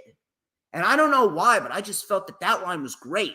Going through their history in the UFC and the Four Horsewomen, this was fantastic. This was probably the best thing on the main roster that the WWE has done for both Ronda Rousey and Shayna Baszler. Now, I don't really give a shit about the match. I mean, it's an MMA rules match. MMA sucks. So I don't have any interest in the match tonight. We'll see what happens. But I do not see anything good coming out of the match tonight. I actually think it's going to be a complete dumpster fire of a match. I actually think the crowd may hijack this match. Not even lying. Tommaso Ciampa, he took on Shinsuke Nakamura. Nothing really happened in this match. This match was very, very underwhelming. I don't know what happened here, but these two men did not get enough time. It only went like 8 minutes. It legitimately only went 8 minutes, and Shinsuke Nakamura won with a roll-up of the tights. Why exactly did Ciampa and Shinsuke Nakamura get such a short amount of time when they could have put on a match that was just as good, if not better, than what Ludwig Kaiser and Matt Riddle did, or what Chad Gable and Gunther did? Very, very lame. Very, very, very lame. Nakamura wins heading into the SummerSlam Battle Royal. Brock Lesnar came out to address the crowd. I did not care. He went down to the ramp, went down to the ring. He ran off his accomplishments. He's a former NCAA wrestling champion, UFC champion. I am a WWE heavyweight champion of the world. It's fight week. So he wanted Cody Rhodes to come out there and shake his hand before he goes to SummerSlam to get his ass kicked by Brock Lesnar. So Cody came down to the ring. Adrenaline in my soul. Lights go down. I'm ready now. Crowd is here. About to blow. Oh! So Cody comes down with the theme song and all that. The meme, Cody Rhodes. He shakes Lesnar's hand, and then Lesnar just bumped his shoulder. He bumped him with his shoulder, and he walked out. Cody Rhodes, like an idiot, flings himself off the ropes with a suicide dive on Lesnar. Lesnar then took the steel ring steps and bashed Cody Rhodes with them. Cody kept on getting up, and what did Lesnar do? He went back, and he F5'd Cody Rhodes again. The same thing every single week. Cody comes out. Oh! F5, German suplex. Lesnar laughs. Lesnar bounces around. Lesnar leaves. We wait a week, and we do it all over again. The same thing. God, I cannot wait for this to be over. Gunther took on Chad Gable. This was originally supposed to be a 5-minute challenge, but Gable ended up outlasting the 5 minutes. Gunther then took the mic and demanded more time. So the referee gave the match more time, and the fight continued. And Gunther ended up chopping Chad Gable down. Gable came back with a superplex. We had a bridging German by Gable, and he got Gunther up, which looked awesome. We then had a scenario where Gunther delivered a barrage of chops to Gable and delivered a big powerbomb, and Gunther won what was a very fun match. Gunther then took the mic, and he promised that he would not lose his title, and on Saturday, he will end Drew McIntyre once and for all at SummerSlam. Unfortunately, I do believe that this is going to be the end of Gunther, because once Gunther loses the Intercontinental Championship, Vince McMahon is going to be all over Gunther, and he is going to absolutely destroy him. I would be shocked if Gunther has any semblance of importance following his loss to Drew McIntyre tonight. Becky Lynch came out to address the crowd. She called out Trish Stratus for a match. Trish then came out with Zoe and said no. Adam Pearce then said, it's going to happen right now. Trish actually, this was actually a great line right here. Before Adam Pearce came out to make the match official, Trish actually said that Becky Lynch, she won her match, so she will get the match with Trish Stratus. You see, I'm not a cheater, Becky, unlike the Astros. No lies spoken there by Trish Stratus. That was probably the best line that Trish Stratus ever delivered in this feud with Becky. So Adam Pearce came out, made the match official. The ref rang the bell, and Zoe Stark came in and immediately caused a disqualification, and we get a full-blown brawl with Zoe Stark, and Trish Stratus ended up standing tall, and Trish took out Becky with a chair, and they retreated. Absolutely awful, and we will indeed see this match again in 2 weeks in Toronto, I believe. Toronto or Calgary. Is it Calgary or Toronto? I think next week's not next week.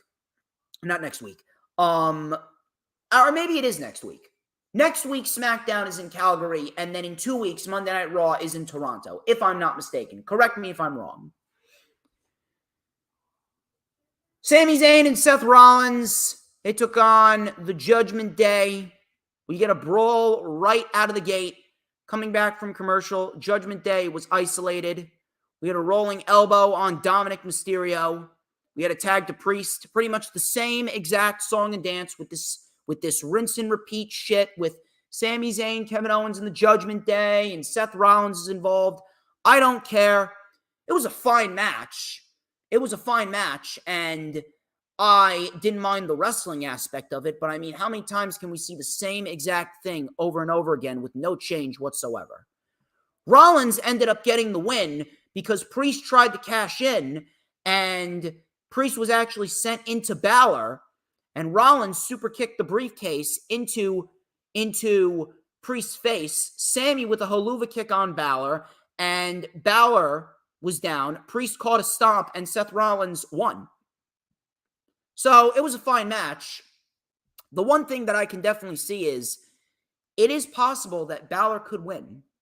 It is very, very possible that we could see Finn Balor come out victorious tonight.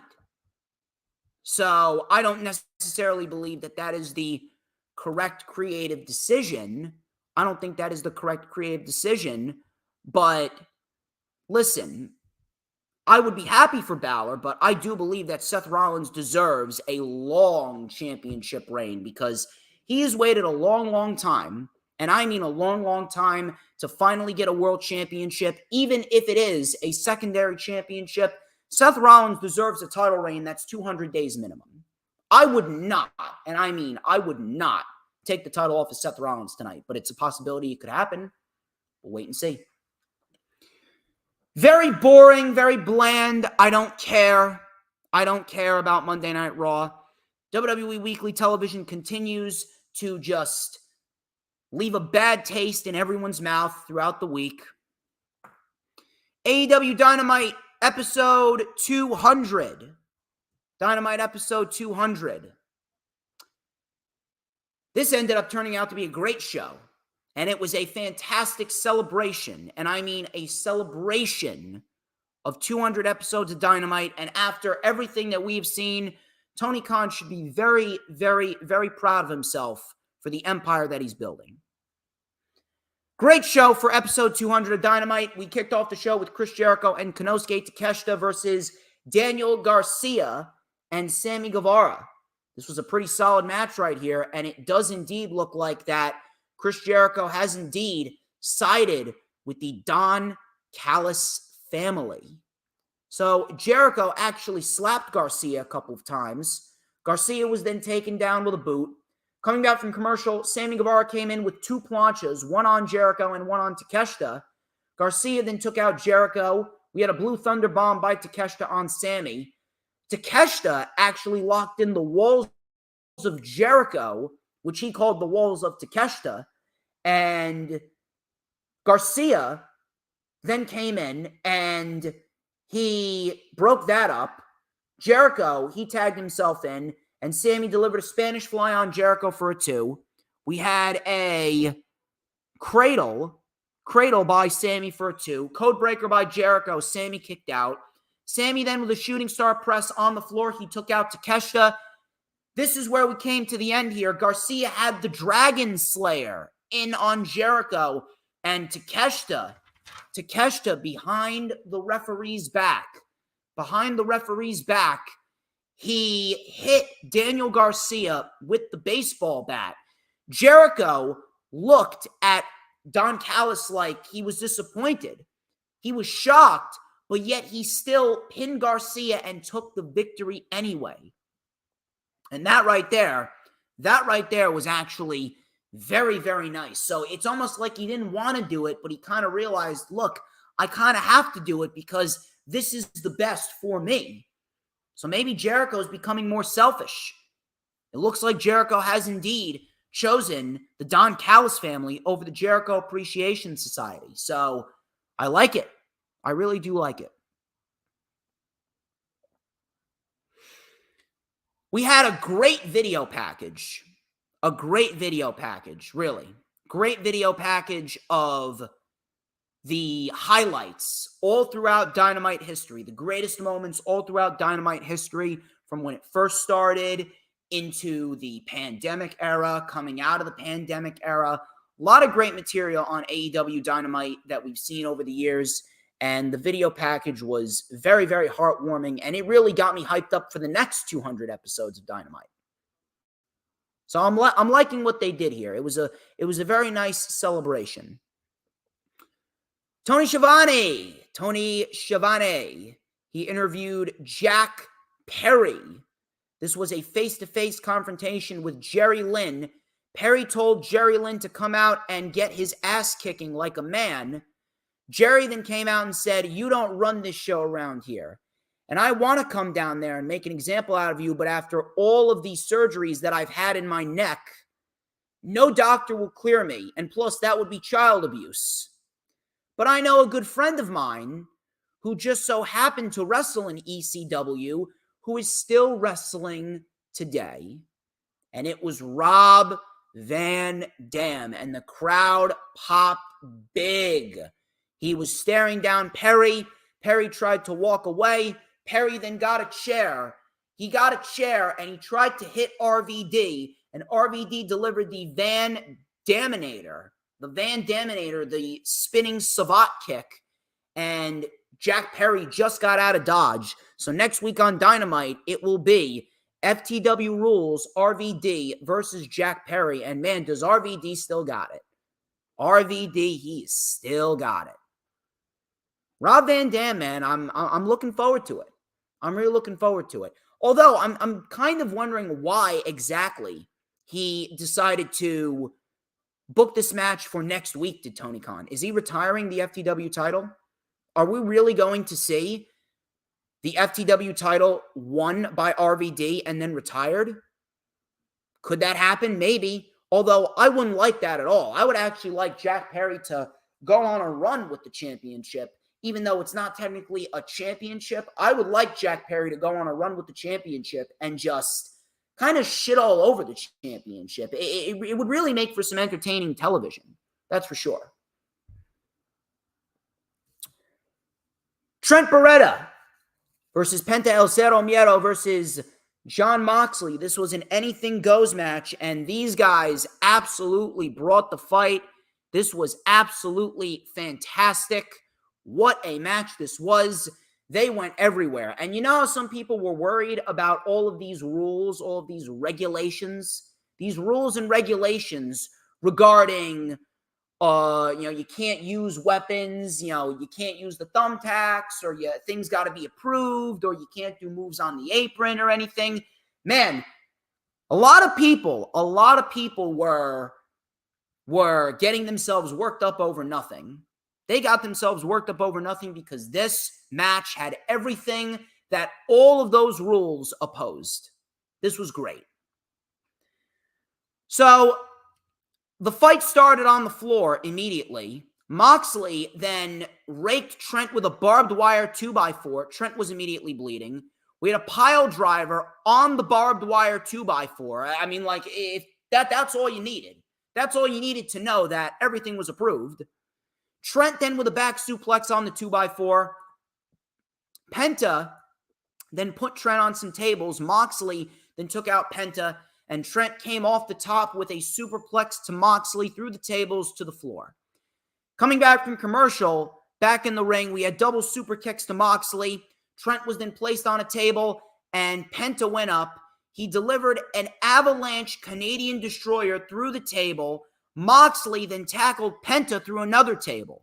Moxley then brought out thumbtacks, of course he did, delivered a pile driver to Penta on the thumbtacks, and Penta ended up kicking out, a maniac. We had a powerbomb onto the table. Moxley then with a cutter to Trent onto the tacks. Trent then with a dude buster on the tacks, and Penta broke it up. Absolutely unbelievable. So Penta hit Trent with a trash can. Everyone then started exchanging blows.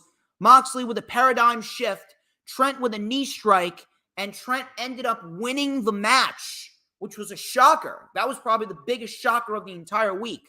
Moxley then attacked Trent before the BCC came out, and the Best Friends came out with Orange Cassidy. Moxley went after Cassidy. Trent jumped onto the pile.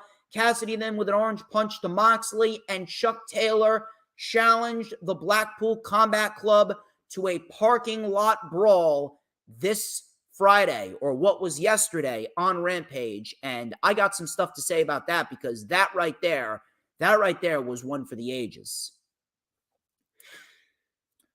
MJF.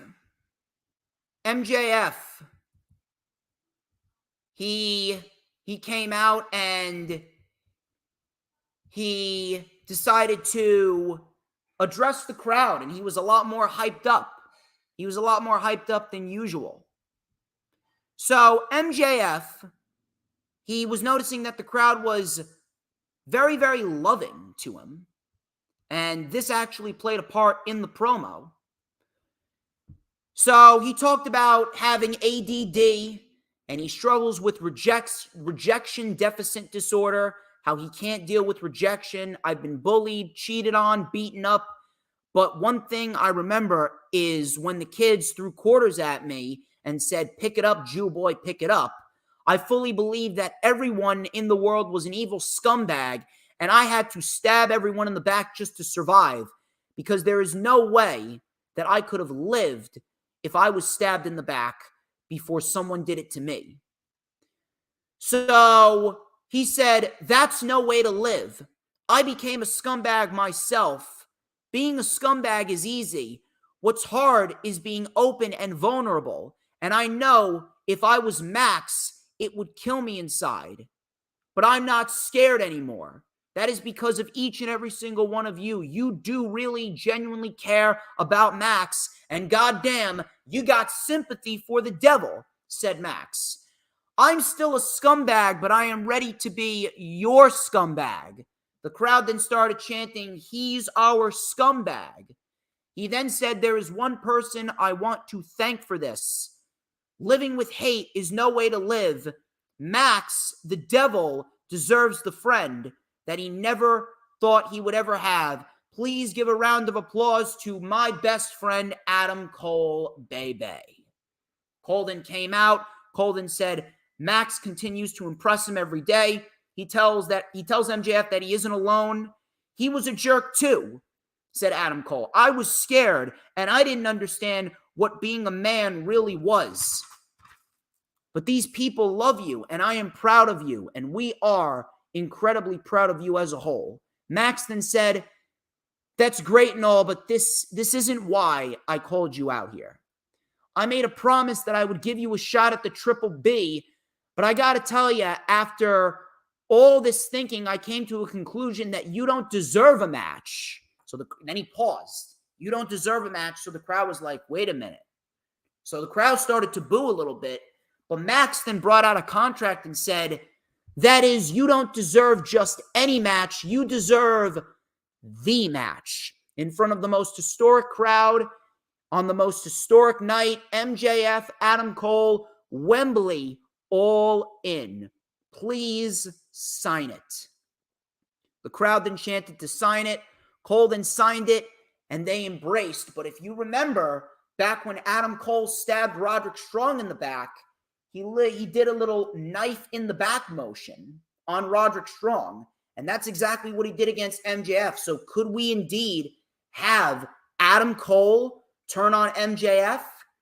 The Kingdom have been talking to Roderick Strong as of lately. So I wonder if they could reunite that Ring of Honor faction back in the day with Adam Cole and the Kingdom, with Roderick Strong as well. That is a possibility, because afterwards, Roderick Strong was throwing a hissy fit backstage, throwing things everywhere, and the Kingdom came up and said that Cole keeps forgetting about his real friends. Interesting. That could be something that plays into what happens at All In. Do we see the Kingdom or Roderick Strong get involved? I don't know.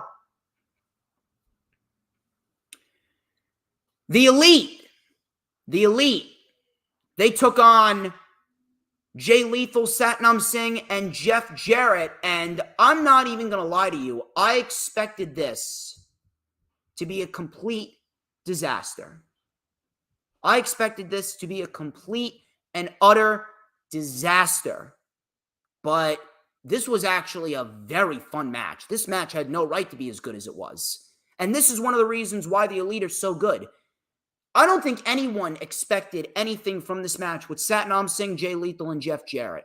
But the Elite brought Satnam Singh, Jeff Jarrett, and Jay Lethal. They brought this trio that realistically everyone could do without. They brought this trio to what was an extremely fun trios match. No right to be as good as it was, and in the end, this was extremely, extremely fun. So, Jeff Jarrett sold the super kicks pretty well. We had a tag to Omega. He lit up Lethal. We had a moonsault, but Lethal got the knees up. We had a double super kick on Lethal and Singh. Super kicks and a V-trigger on Satnam Singh. Sanjay Dutt then came up from behind Omega and decked him. Lethal with the lethal combination. Brandon Cutler then sprayed cold spray into Karen Jarrett's eyes. We had the Hardys coming out to take out Sanjay Dutt. And then Paige came in, delivered a buckshot lariat on Jarrett. Omega ended up winning the match with a one-winged angel. And one thing I do want to see, one thing I would love to see actually, is a match between Jay Lethal and Kenny Omega. Afterwards, Paige announced that the Elite have re-signed with AEW. Omega then teased a plethora of things. He teased the fact that they could be on any show. Dynamite, Rampage, Ring of Honor, even Collision. I don't know. That could very well be the sign of things to come. We could very well see Kenny Omega and the Young Bucks face CMFTR at some point in the fall. You never know. You never know. We had a little vignette.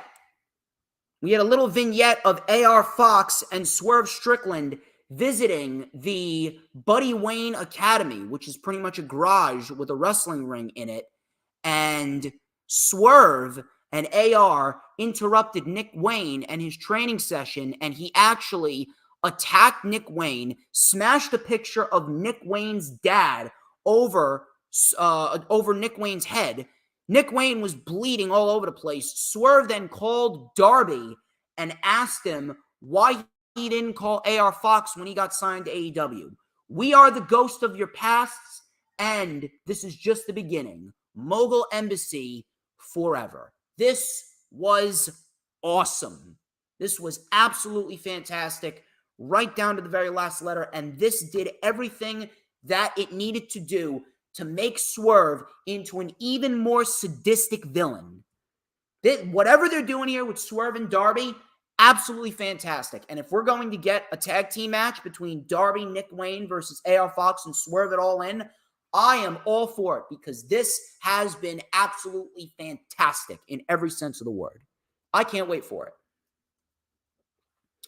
Speaking of a tag team match, we had a great tag team match between Aussie Open Commander and Elio Del Vikingo. This was for the Ring of Honor World Tag Team Championships. And listen, I understand. I really do. I understand if you don't like Ring of Honor on AEW television and you wish that they could be kept separate. I get it. I really do. But at the end of the day, I don't know how anyone can come out here and shit on Aussie Open. Aussie Open right now legitimately is probably the best tag team in the world right now, right next to FTR. I'm not even joking. Aussie Open has taken over 2023. This has probably been one of the best years in Aussie Open's career. Aussie Open them winning the Ring of Honor World Tag Team titles was an excellent, excellent, excellent, excellent move. I'm not even lying. Excellent move. And listen, El Hijo del Vikingo and Commander, you're going to put them in the ring against Aussie Open? Are you really going to shit all over that? No way, shape, or form. No way, shape, or form would you ever catch me dead shitting on this. This was great. This was great. So, Fletcher and Vikingo mixed it up a bit. We had a Hurricane Rana by Commander off of Vikingo's shoulders, which looked awesome. Running senton as well. Commander then dodged Fletcher. Vikingo with a drop kick to Davis. Double leg drop, or a diving leg drop, off of the top rope with Fletcher draped over the ropes. Suicide dives were caught, and Aussie Open collided Vikingo and Commander on the outside. Coming back from commercial, Aussie Open with a pendulum slam. Vikingo saved it. Commander then launched off of Vikingo with a destroyer on Fletcher. Vikingo with a crucifix bomb on Davis and a double moonsault to the floor. Double 450s on Davis. Fletcher saved the match. Fletcher then took out Vikingo. Davis then with an enziguri on Commander. Double clothesline. Coriolis and Aussie Open retain the Ring of Honor World Tag Team titles in what was a very good match for what it was. Anytime Aussie Open are on television is a plus for me. I want more Aussie Open on television because they are absolutely amazing. Fantastic. On Collision tonight, actually, we're going to see Chris Statlander and Mercedes Martinez. This is for the TBS Championship. Can't wait for it. Hikaru Shida and Toni Storm, they main evented AEW Dynamite. This was for the AEW Women's World Championship, and I can guarantee you that this had a lot to do with Lufisto's comments. Now, the AEW Women's Locker Room really came out of the box, and they really supported the locker room, kind of dismissing Lufisto's comments as bullshit. MJF even came out. MJF even came out of the blocks, and he supported the women's division. Now, normally, when it comes to gang warfare, it is pretty much inexcusable, and it's used as nothing more than a defense mechanism. But if MJF is saying something, you can imagine that if the world champion is saying something, his words do hold a lot of weight. I don't believe that MJF is a bullshit artist. However, the other women, you never know. Was there some weight to what Lufisto said? Maybe. You can see what happens on AEW television, and you can pretty much make the assumptions for yourself. I don't know. It's definitely going to be a topic of discussion. We'll have to wait and see what happens going forward. But the women main evented the show, and it did have everything to do with the fact that Lufisto pretty much just shit all over the women's division and pretty much called out a lot of people for being backstage politickers. But this was a very good match. I'm not going to lie. This was a very good match. It's always good when Shida and Toni Storm are wrestling in a ring. Crowd was heavily behind Shida, actually. Shida then took over early. Shida then sent Toni into the barricade. Storm then took over with a hard suplex onto the corner. And she delivered another one. Storm then with a hip attack. Coming back from commercial, Shida with a German suplex and a nice enziguri. Rising knee. And a missile dropkick by Shida for a 2. Shida then with a diving Meteora. That got a 2. Coming off of the top buckle. Soho then tripped up Shida. And Toni Storm hit a tornado DDT.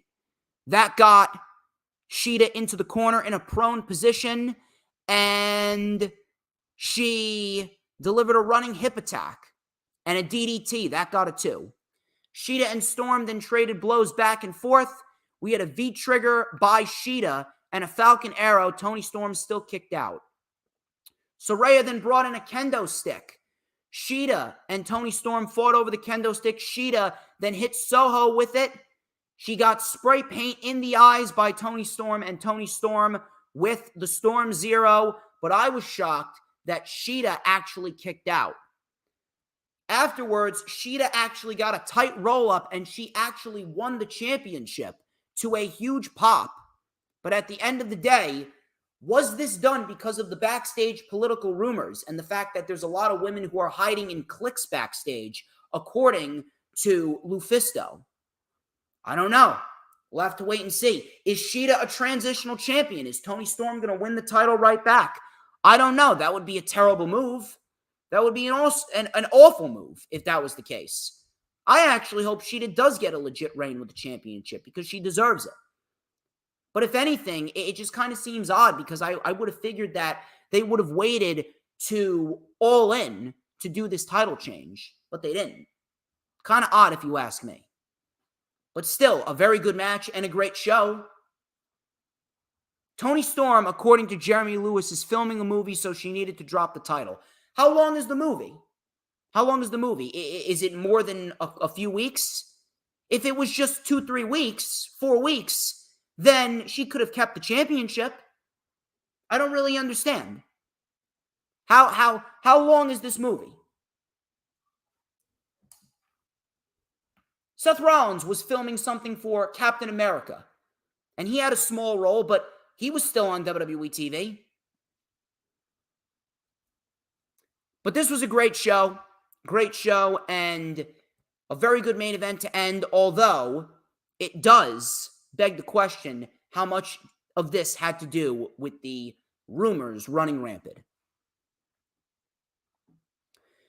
SmackDown, typical SmackDown, boring outside of the bloodline. I didn't care. Matter of fact, just like it is usual weeks, Rampage is actually better than SmackDown. So LA Knight actually kicked off the show. He talked about everyone in the SummerSlam Battle Royale being a stooge. And if you aren't talking about this guy, someone told you the wrong story. Yeah. He goes, Sheamus is going to get beat by the one and only, with everybody saying LA Knight. And LA Knight actually followed through on his promise, and he actually beat Sheamus in what was a solid match for what it was. There was a little botch towards the end of this match where both men fell off of the top rope, and we actually got a brawl starting between all the members of the SummerSlam Battle Royale. We actually had Austin Theory attacking Santos Escobar. We get this big brawl. Sheamus went after The Miz. LA Knight took advantage, hit the blunt force trauma, and LA Knight gets the win. And I'm telling you, this does not bode well for LA Knight tonight at SummerSlam. I would be shocked if LA Knight wins. And we're gonna be in the same position that we were in prior to him in the US title invitational, prior to him in the Money in the Bank ladder match, and prior to him in the Andre the Giant Memorial Battle Royal. LA Knight deserves better. This was actually probably the second biggest thing on SmackDown, minus the Bloodline. We had a match between the Brawling Brutes and the OC. Butch was isolated by the OC in the beginning, and coming back from commercial, we had a tag to Butch because Holland was isolated, and he lit up Anderson. Butch came in with a Shining Wizard before Gallows saved the match. Ridge Holland with a back body drop. Butch with an enziguri to Anderson, and all of a sudden, the Street Profits came out of nowhere, and the Street Profits caused the DQ dressed in these fancy suits. And the Street Profits, it seems as though they have a new attitude change. And after they attacked the Brawling Brutes and the OC, Bobby Lashley came out on the stage in support of what the Street Profits did, and they stood all together on the stage with their fancy suits, celebrating what they just did. And I am not even going to lie to you, I was actually very, very hyped for this. A change in attitude for the Street Profits and forming a faction, in a sense, kind of forming the Hurt Business 2.0 with Bobby Lashley. This could very well be the best thing that all three men could do right now. This could very well be the best move for every single one of these individuals. And I'm very much looking forward to it. If you build this up right, we could be on the verge of the Street Profits potentially being the ones to beat Kevin Owens and Sami Zayn for the Undisputed Tag Team titles, or Bobby Lashley, maybe once LA Knight, hopefully, whoever beats Austin Theory for the US title, Bobby Lashley could go right back and fight for the United States title, and we could get all three men as champions. It could very well be the best thing for all three of these men, so I'm very excited for this. So after that, Paul Heyman came out to address the crowd. He played a promo package with the elders of the Anoa'i family hyping up Tribal Combat. Jey Uso came out, and Jey Uso said Tribal Combat means if I want to light up Roman Reigns with one of these sticks or chairs, I'm going to do it. I'm bringing all that passion tomorrow, and I'm beating Roman Reigns to become the new Tribal Chief and the new Undisputed Universal Champion. Solo then came out. Jay was telling Solo to chill. He said, little brother, I can forgive you because they did the same thing to me that they're doing to you. You're taking orders. OG over here is saying the same things to you that he did to me. Heyman was trying to move Solo away, and Solo was saying, get out to Heyman, because Solo wanted to handle Jay on his own. Jay then super kicked Solo for good measure, heading into the main event later tonight. Cameron Grimes, he took on Austin Theory.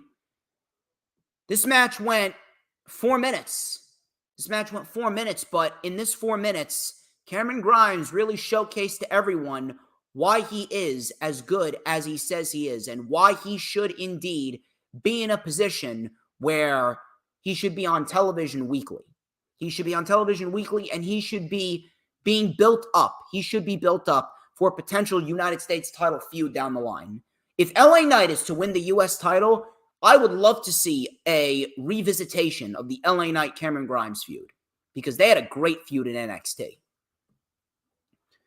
But this match went 4 minutes. Cameron Grimes took the fight to Austin Theory with a cave-in. Theory got his feet on the ropes. He went for a huge suicide dive. He got it. Grimes then kept the pressure on with a big diving crossbody for a 2. Spinning side slam for a 2. A beautiful Spanish fly by Grimes. That got a 2. Theory then delivered a town down, and Theory got the win. And Grimes, like I said, he is so damn good. He's unbelievably good that it is an absolute crime that he is not doing anything right now. They're doing nothing with him. Afterwards, Escobar came out and he hit Theory with a Phantom Driver leading up to their United States title match on SmackDown next week. After that, we had the Grayson Waller effect. Grayson Waller effect with Damage Control. And I got to be quite honest with you, I did not really care for this. It was lame, if you ask me. And all this did was pretty much waste our time. It's been a waste of time. This whole Damage Control, Shotzi feud, it's been lame. It's been lame as lame could be. Lame as lame could be. I don't care. I've never cared. And to be quite honest with you, I'm really, really, really hoping that this entire feud will end sooner rather than later. Because it's just not entertaining. It really is not entertaining whatsoever. So, Grayson Waller pushed a button and it caused the PA system to play Shotzi's laugh. All of a sudden, some woman came out on a tank. Shotzi came up from behind Bayley and she attacked Bayley and tried to shave her hair with a razor blade. She thinks she's Brutus the Barber Beefcake now. So after that, the woman on the tank was revealed to be Zelina Vega. And Zelina Vega, she had a match with Io Sky, which resulted in Io Sky looking like a complete idiot. Io Sky looked like a complete idiot. And we had Shotzi and Bayley brawling on the apron and trying to shave Bayley's head on the apron with the razor blade, and you can hear the razor blade coming through the camera, and all of a sudden, Io, like an idiot, is looking up at the stage like nothing. It's stupid. Looking up at the stage as if there isn't a match going on, and looking at Shotzi trying to shave Bayley's hair. Screw Bayley's hair. You're in a match. Zelina Vega won with the code red. Listen, I don't mind Vega getting some wins behind her, but oh my God. Oh my God. This was absolutely terrible. This was a terrible, terrible way to have Io lose. And in the main event, we had a very solid match with Jay and Solo.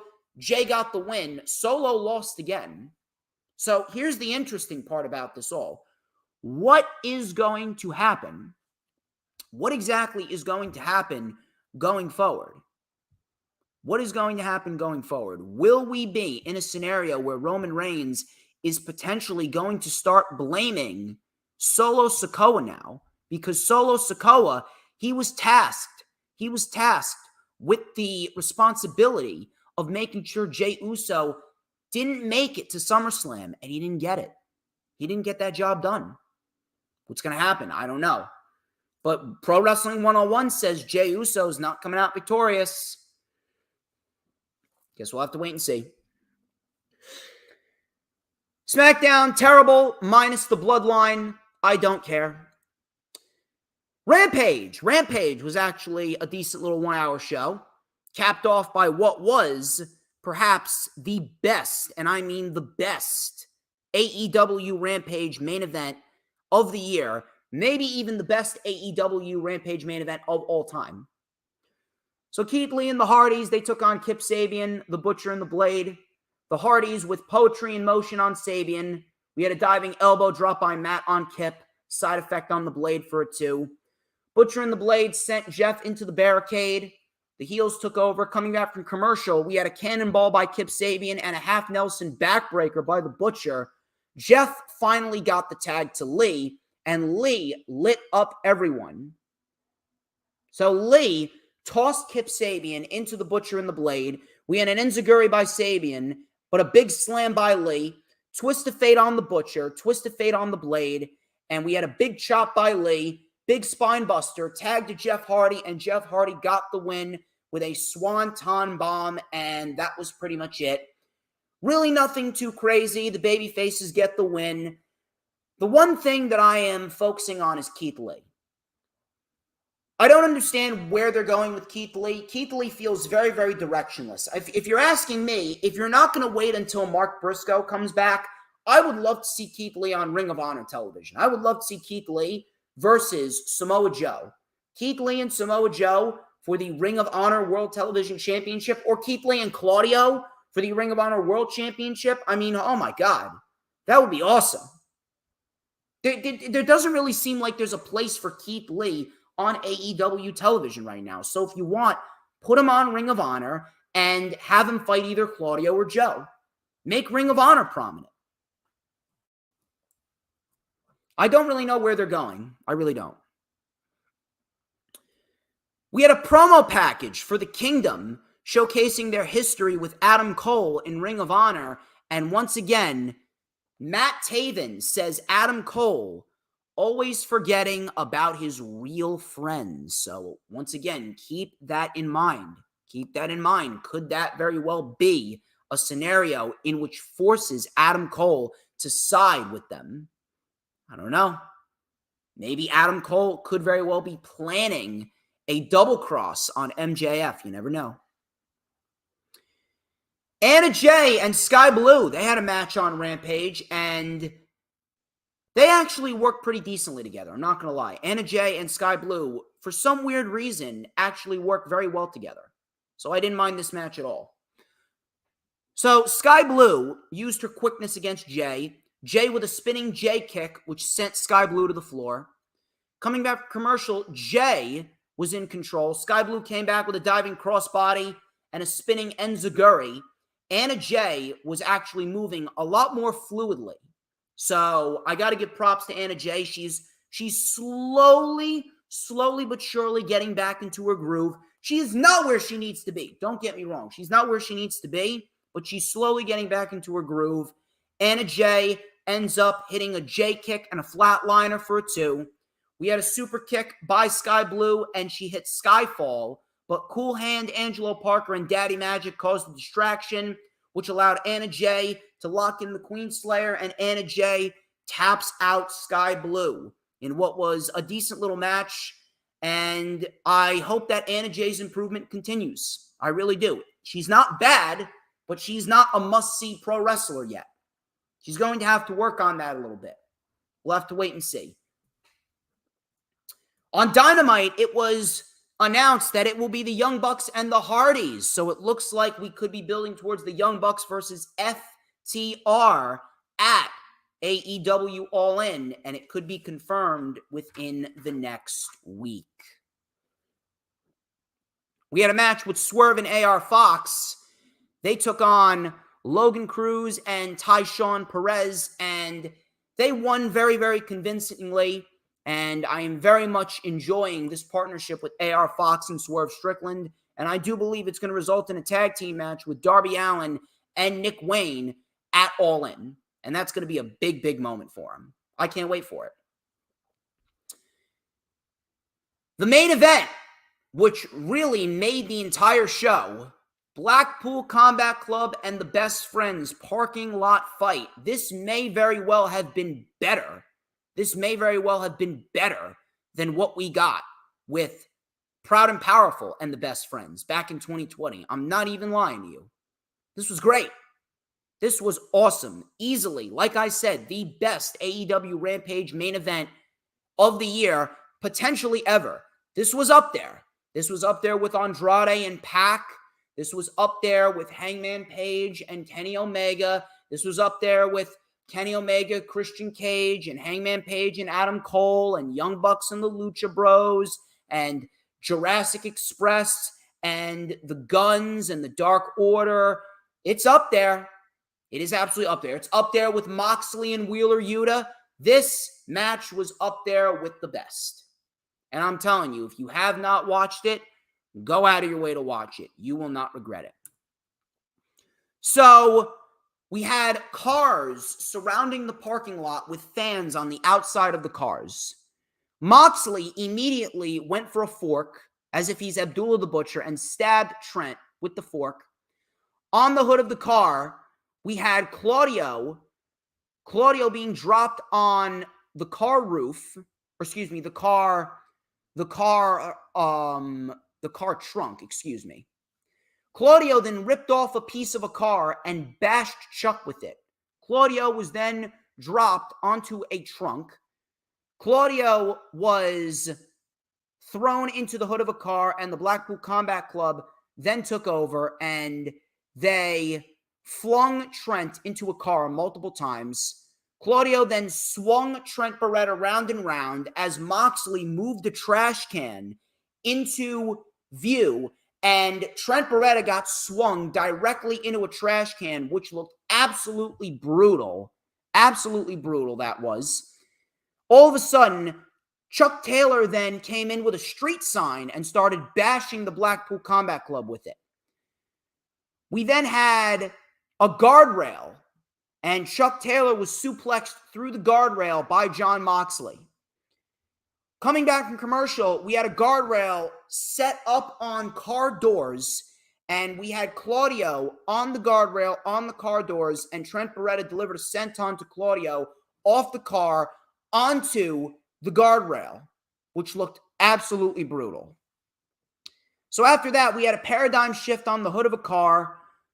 Glass and windshields were shattering everywhere. Claudio then was in control with a military press to Trent. He military pressed Trent onto another car. Trent then hit the Dude Buster on the roof of the car. The roof absolutely bent in half. We had a rear naked choke by Moxley. Trent got out. Both of them traded blows on the hood of the car. We had a Death Rider on a windshield, and it shattered. Chuck Taylor then came in with a barbed wire 2x4, and he lit it on fire before Wheeler Yuta came out to distract him. Jon Moxley then took the barbed wire 2x4 and hit Taylor with it. Yuta then took a screwdriver and stabbed Chuck Taylor repeatedly in the head with it. All of a sudden, Sue, Trent's mother, came in, driving the minivan with Orange Cassidy on top of it, and Cassidy came off the top of the minivan with a crossbody.